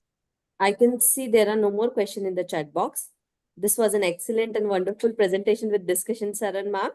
Now I would like to Nagas. Nagas, when you were discussing about epidural, how to give test dose for epidural? What should be the volume and what should be the percentage of a lignocaine with adrenaline? Of course, for test dose, you will give lignocaine adrenaline. So, do you know this answer? 1% concentration should be used, ma'am. Lignocaine adrenaline, 1% concentration for the test dose. And what will be the volume for the test dose? 1 ml per kg. 1 ml per kg, ma'am. Is the volume, and 1% of lignocaine adrenaline should be the concentration. Then one thing you said for caudal, while giving spinal, I think pop filling, puncturing the ligamentum flavum. Do you really think that in pediatric patients while performing spinal or epidural, you will get the pop? No, ma'am. Only in caudal anesthesia, we are getting classic pop, ma'am. Spinal anesthesia, most of the time, we are unable to appreciate the pop. Yes, even in epidural, and that is why it is challenging to give central neuraxial blockade in pediatric patients. Yes, you need to be experienced in giving spinal anesthesia for pediatric because there is no pop, no resistance, no feeling. Just you are going soft. Yes, ma'am. Okay. Is it your experience or not? Yes, ma'am. Yes, ma'am. You can just feel the soft feeling. Yes, ma'am. We are not getting any resistance while inserting the needle. Give off any pop. Okay, Yes, that is why it is many times it is challenging inserting epidural catheter also, and you may land up in puncturing a dura. That is the biggest challenge. So many of us are not practicing epidural catheters or single shot epidural in pediatric patients. That is why caudal is famous. I like to say because there are rare chances that you will puncture dura in caudal. Only thing you don't have to advance the needle too inside. Thank you, ma'am. I guess Dr. Madhuri wants to add something. Yes, ma'am. Yeah, excellent presentation by the students, and I think Dr. Umesh and Dr. Vrishali, your students are very, very well trained, and excellent discussion. Just one question to Dr. Khyati and Dr. Nagas. Your child was a 4-year-old. It was a 4-year-old child, right? Posted for inguinal hernia. So now in this child, once you give the spinal, are you going to sedate the child intraoperatively? Ma'am, I think whenever we are practicing spinal anesthesia, ma'am, while Hmm. giving spinal anesthesia, we are given along with the total intravenous anesthesia, ma'am. Single shot Total- spinal anesthesia has not Total been. intravenous anesthesia you're giving? Sedation, ma'am, sedation. Thank When you. you use the term total intravenous anesthesia, you should be very careful, Yes, ma'am. Yes. right? Okay. So you're giving intravenous sedation, you mean to say, Yes, Yes. ma'am. right? But tell me one thing. What are the central nervous system effects of the spinal physiologically? Do you really need to give sedation? And what would be the problems of this sedation? Most of the time sedation has been used to just to give the procedure, ma'am, because child will not That be is cooperative while giving the block. while Okay, being I in the got block. it. Yes, I ma'am. got it. But afterwards, see, the effect of sedation is going to wear off, right? Yes, ma'am. Whatever you're giving, midazolam or ketamine, whatever, it's going to wear off. Yes, So are you going to supplement it again intraoperatively? the child is cooperative and if he is able to How understand will you make the child cooperative?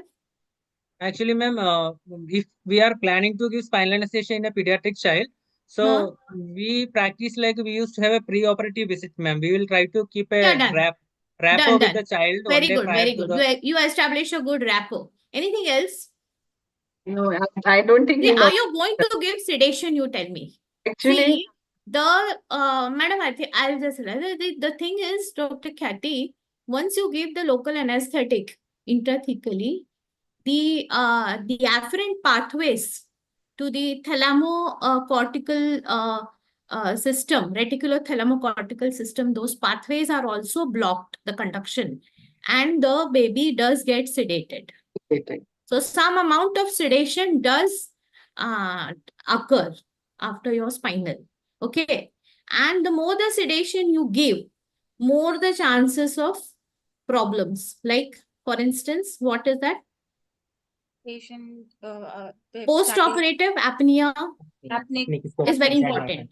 For example, now if this child of yours was an ex-premature infant, what is an ex-premature infant? A baby Born less than 28 weeks of less than gestation. 20. It will be born at 36 to 37 weeks, but it will be having so many medical problems and chronic In the problems. postnatal period. Yes. And it is likely to have this problem of post-operative apnea. And so also in the premature infant. So you have to be careful with the sedation part. Okay. Yeah.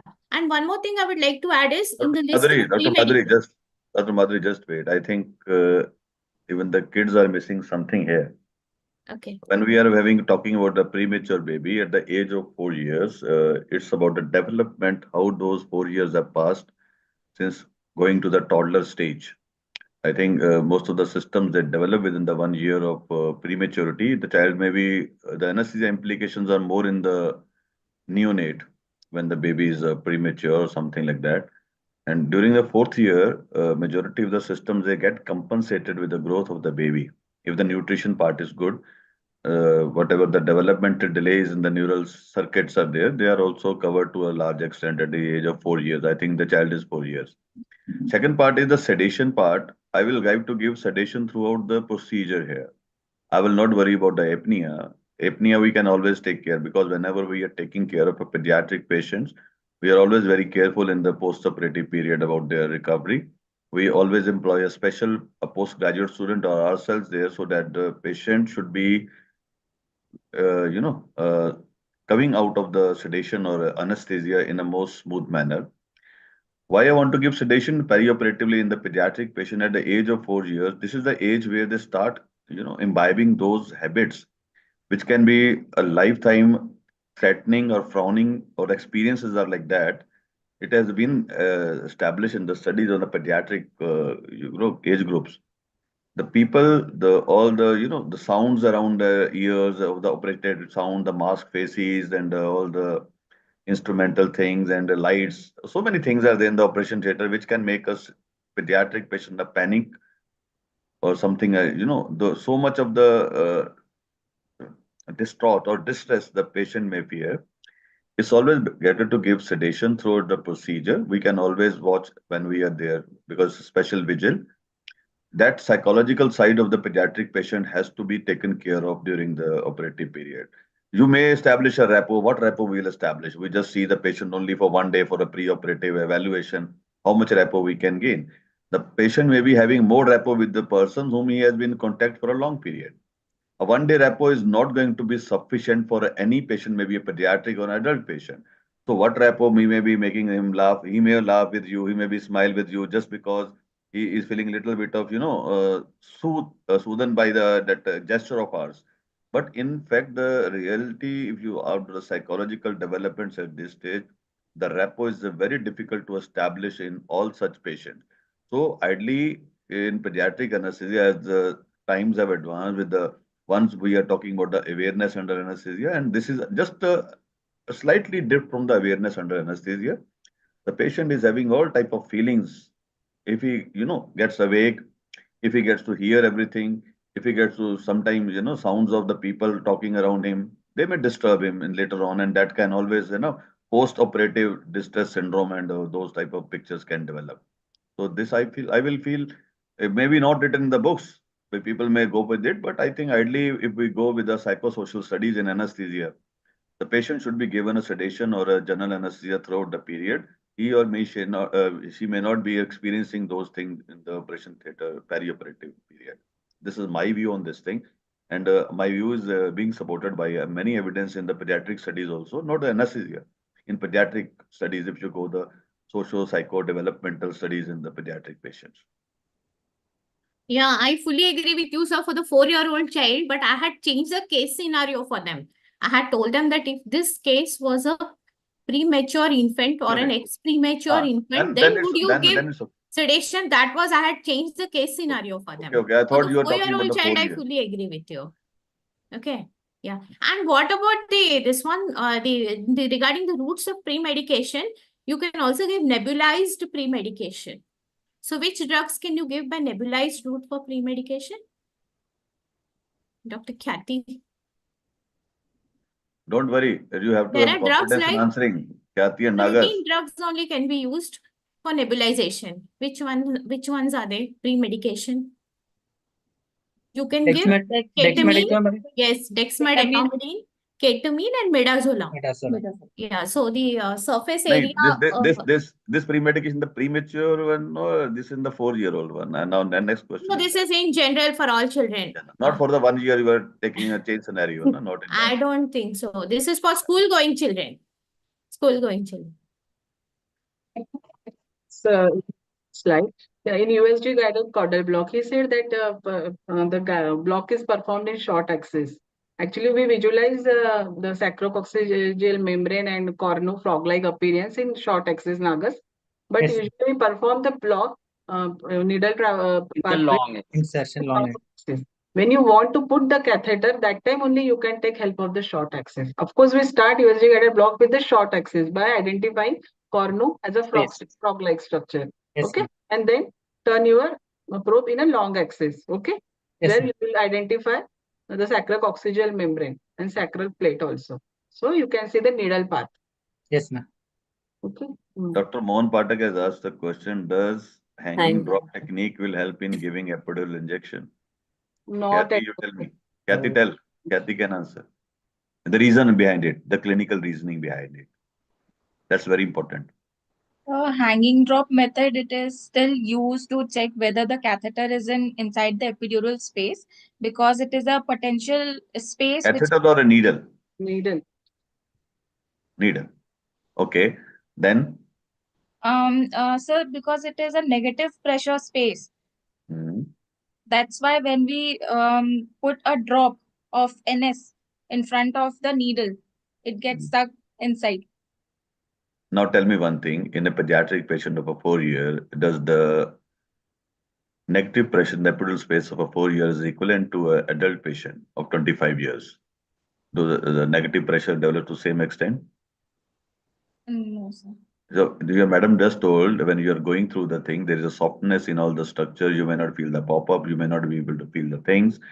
So epidural space in these type of pediatric patient is almost, the surface area is very, very less. It's almost a very, very, very less potential surface area.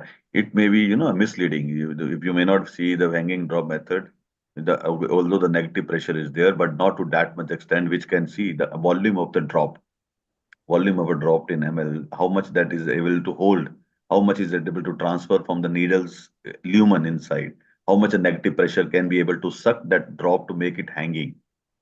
So that much of pressure physics you should be knowing before you should be able to confirm that it will be an established method of giving an epidural or making sure that is the needle tip is in the epidural space. So it is not an appropriate method. It's more on the clinical reliability. If you don't have ultrasound or something like that, your clinical acumen is going to be thin. Where madam told the soft surfaces, the top may be there, but sudden change of little resistance is definitely felt, when you reach the epidural space or a caudal space in these type of a patient.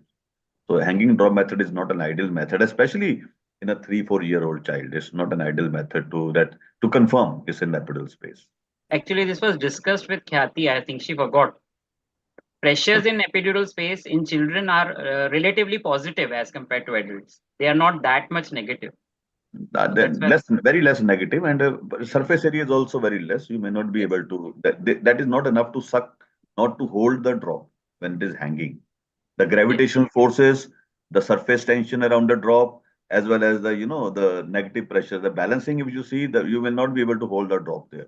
If you are also reading the physics in your anesthesiology, we'll come to know about that. So may I ask a question to Nagas? Yeah, please, ma'am. You are the moderator. You can always ask.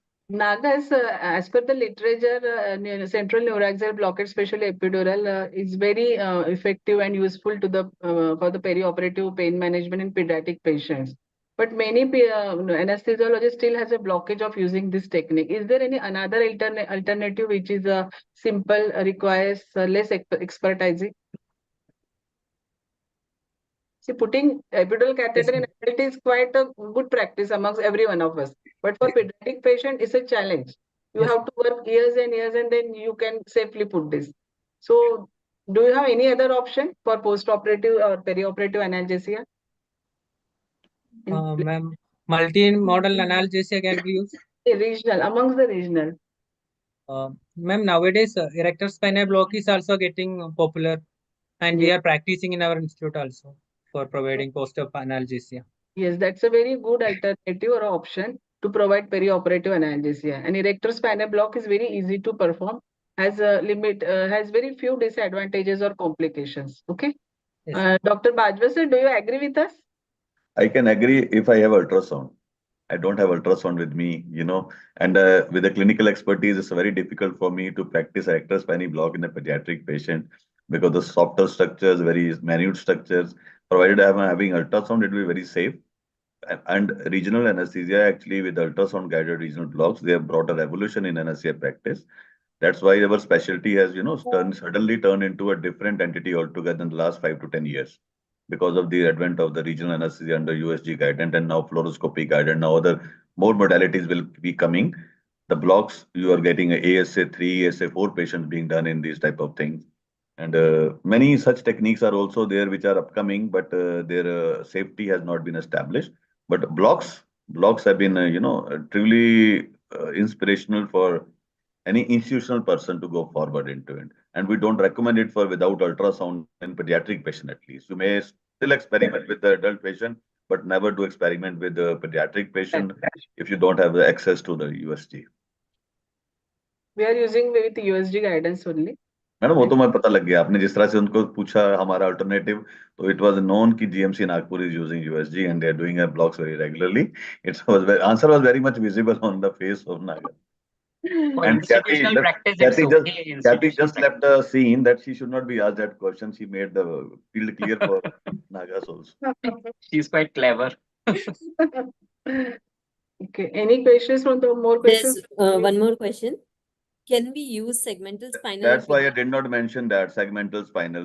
That's why I already told in my answer the techniques have not been recommended and approved to be used in the spinal segment, spinal special pediatric patient. These techniques are upcoming, still, but not being recommended by the institutional people. Maybe very sometimes used in a very critical situation where the high risk is there, you can go with that. But in the normal patient also, the evidence is still accumulating throughout the world, not recommended by the various societies. If you ask me about the ASA society or the European society, not recommended routinely. These they have not come up with the solid evidence of providing these things. But in every conference, in every CME, you will see the lecture on spinal segmental anesthesia. People are so enthusiastically delivering, calibrating upon that. But till today, even I will not recommend in my institution to use this, even in the ASA 4 or 3, because it is almost sometimes something time things can go bad. A spinal shock can kill the patient rather than the surgery in this patient. So it is a very, very difficult procedure. Sometimes you may, I think we being anesthesiologists with so much experience, we can still practice it safely than the postgraduates. But anything postgraduate, when you are not able to visualize or feel the epidural space in a pediatric patient, how will you be able to see the subsegmental, you will be able to deliver safely? So not recommended as such, but I think people are still practicing it. We cannot stop this practice, but ultimately the legal part has not been explored till date. You have to have a consent for any procedure. When you take a consent, you have to mention the segmental spinal has been administered. I don't know what is going to be the validity of that consent in the court of law tomorrow if anything happens to the patient. That is not clear yet, because one or two cases happens and there is a negative part on that. I think the practice may stop altogether. But still, if it's going successfully, I think the time may come we get it more safely. We will be able to deliver it more safely to the patient. But currently, don't recommend it for the postgraduates. That I can only say.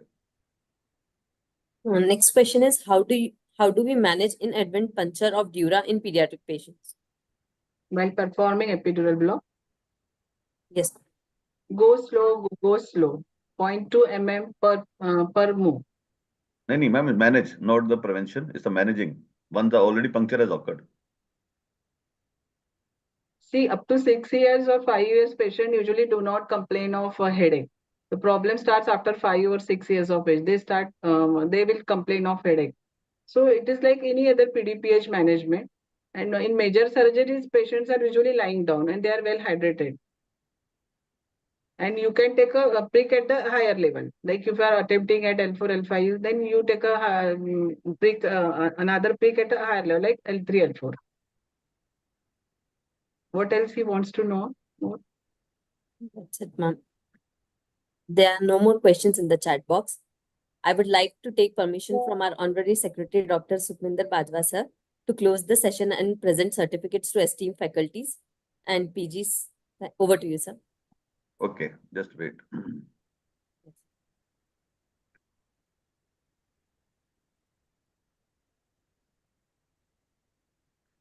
My screen visible? Yes, sir. So, I should convey my thanks to Dr. Megha Tajne, who is the professor and head at GMC Nagpur, under whose guidance this team started preparing for this class. And it's not a simple class. It may look simple, but pediatric neuraxial is full of controversy, full of new recent developments and so many things. So we convey our thanks to Madam for preparing her team to go give the permission to go ahead. And Dr. Antani is such a close friend of me for such a long time now. And the way he's handling the academics in the conferences now in the class, so it's very well, So thank you, Dr. Antani, for being being active in the ISA also, not in the academics. Thank you. And Dr. Vishali, Madam has be taken special pain in conducting the class and deciding the topics and preparing the PG students along with Dr. Amtani. So thank you, Madam, very much for taking pain and bringing the class to such a logical end. And then Dr. Nagas and Dr. Khyati.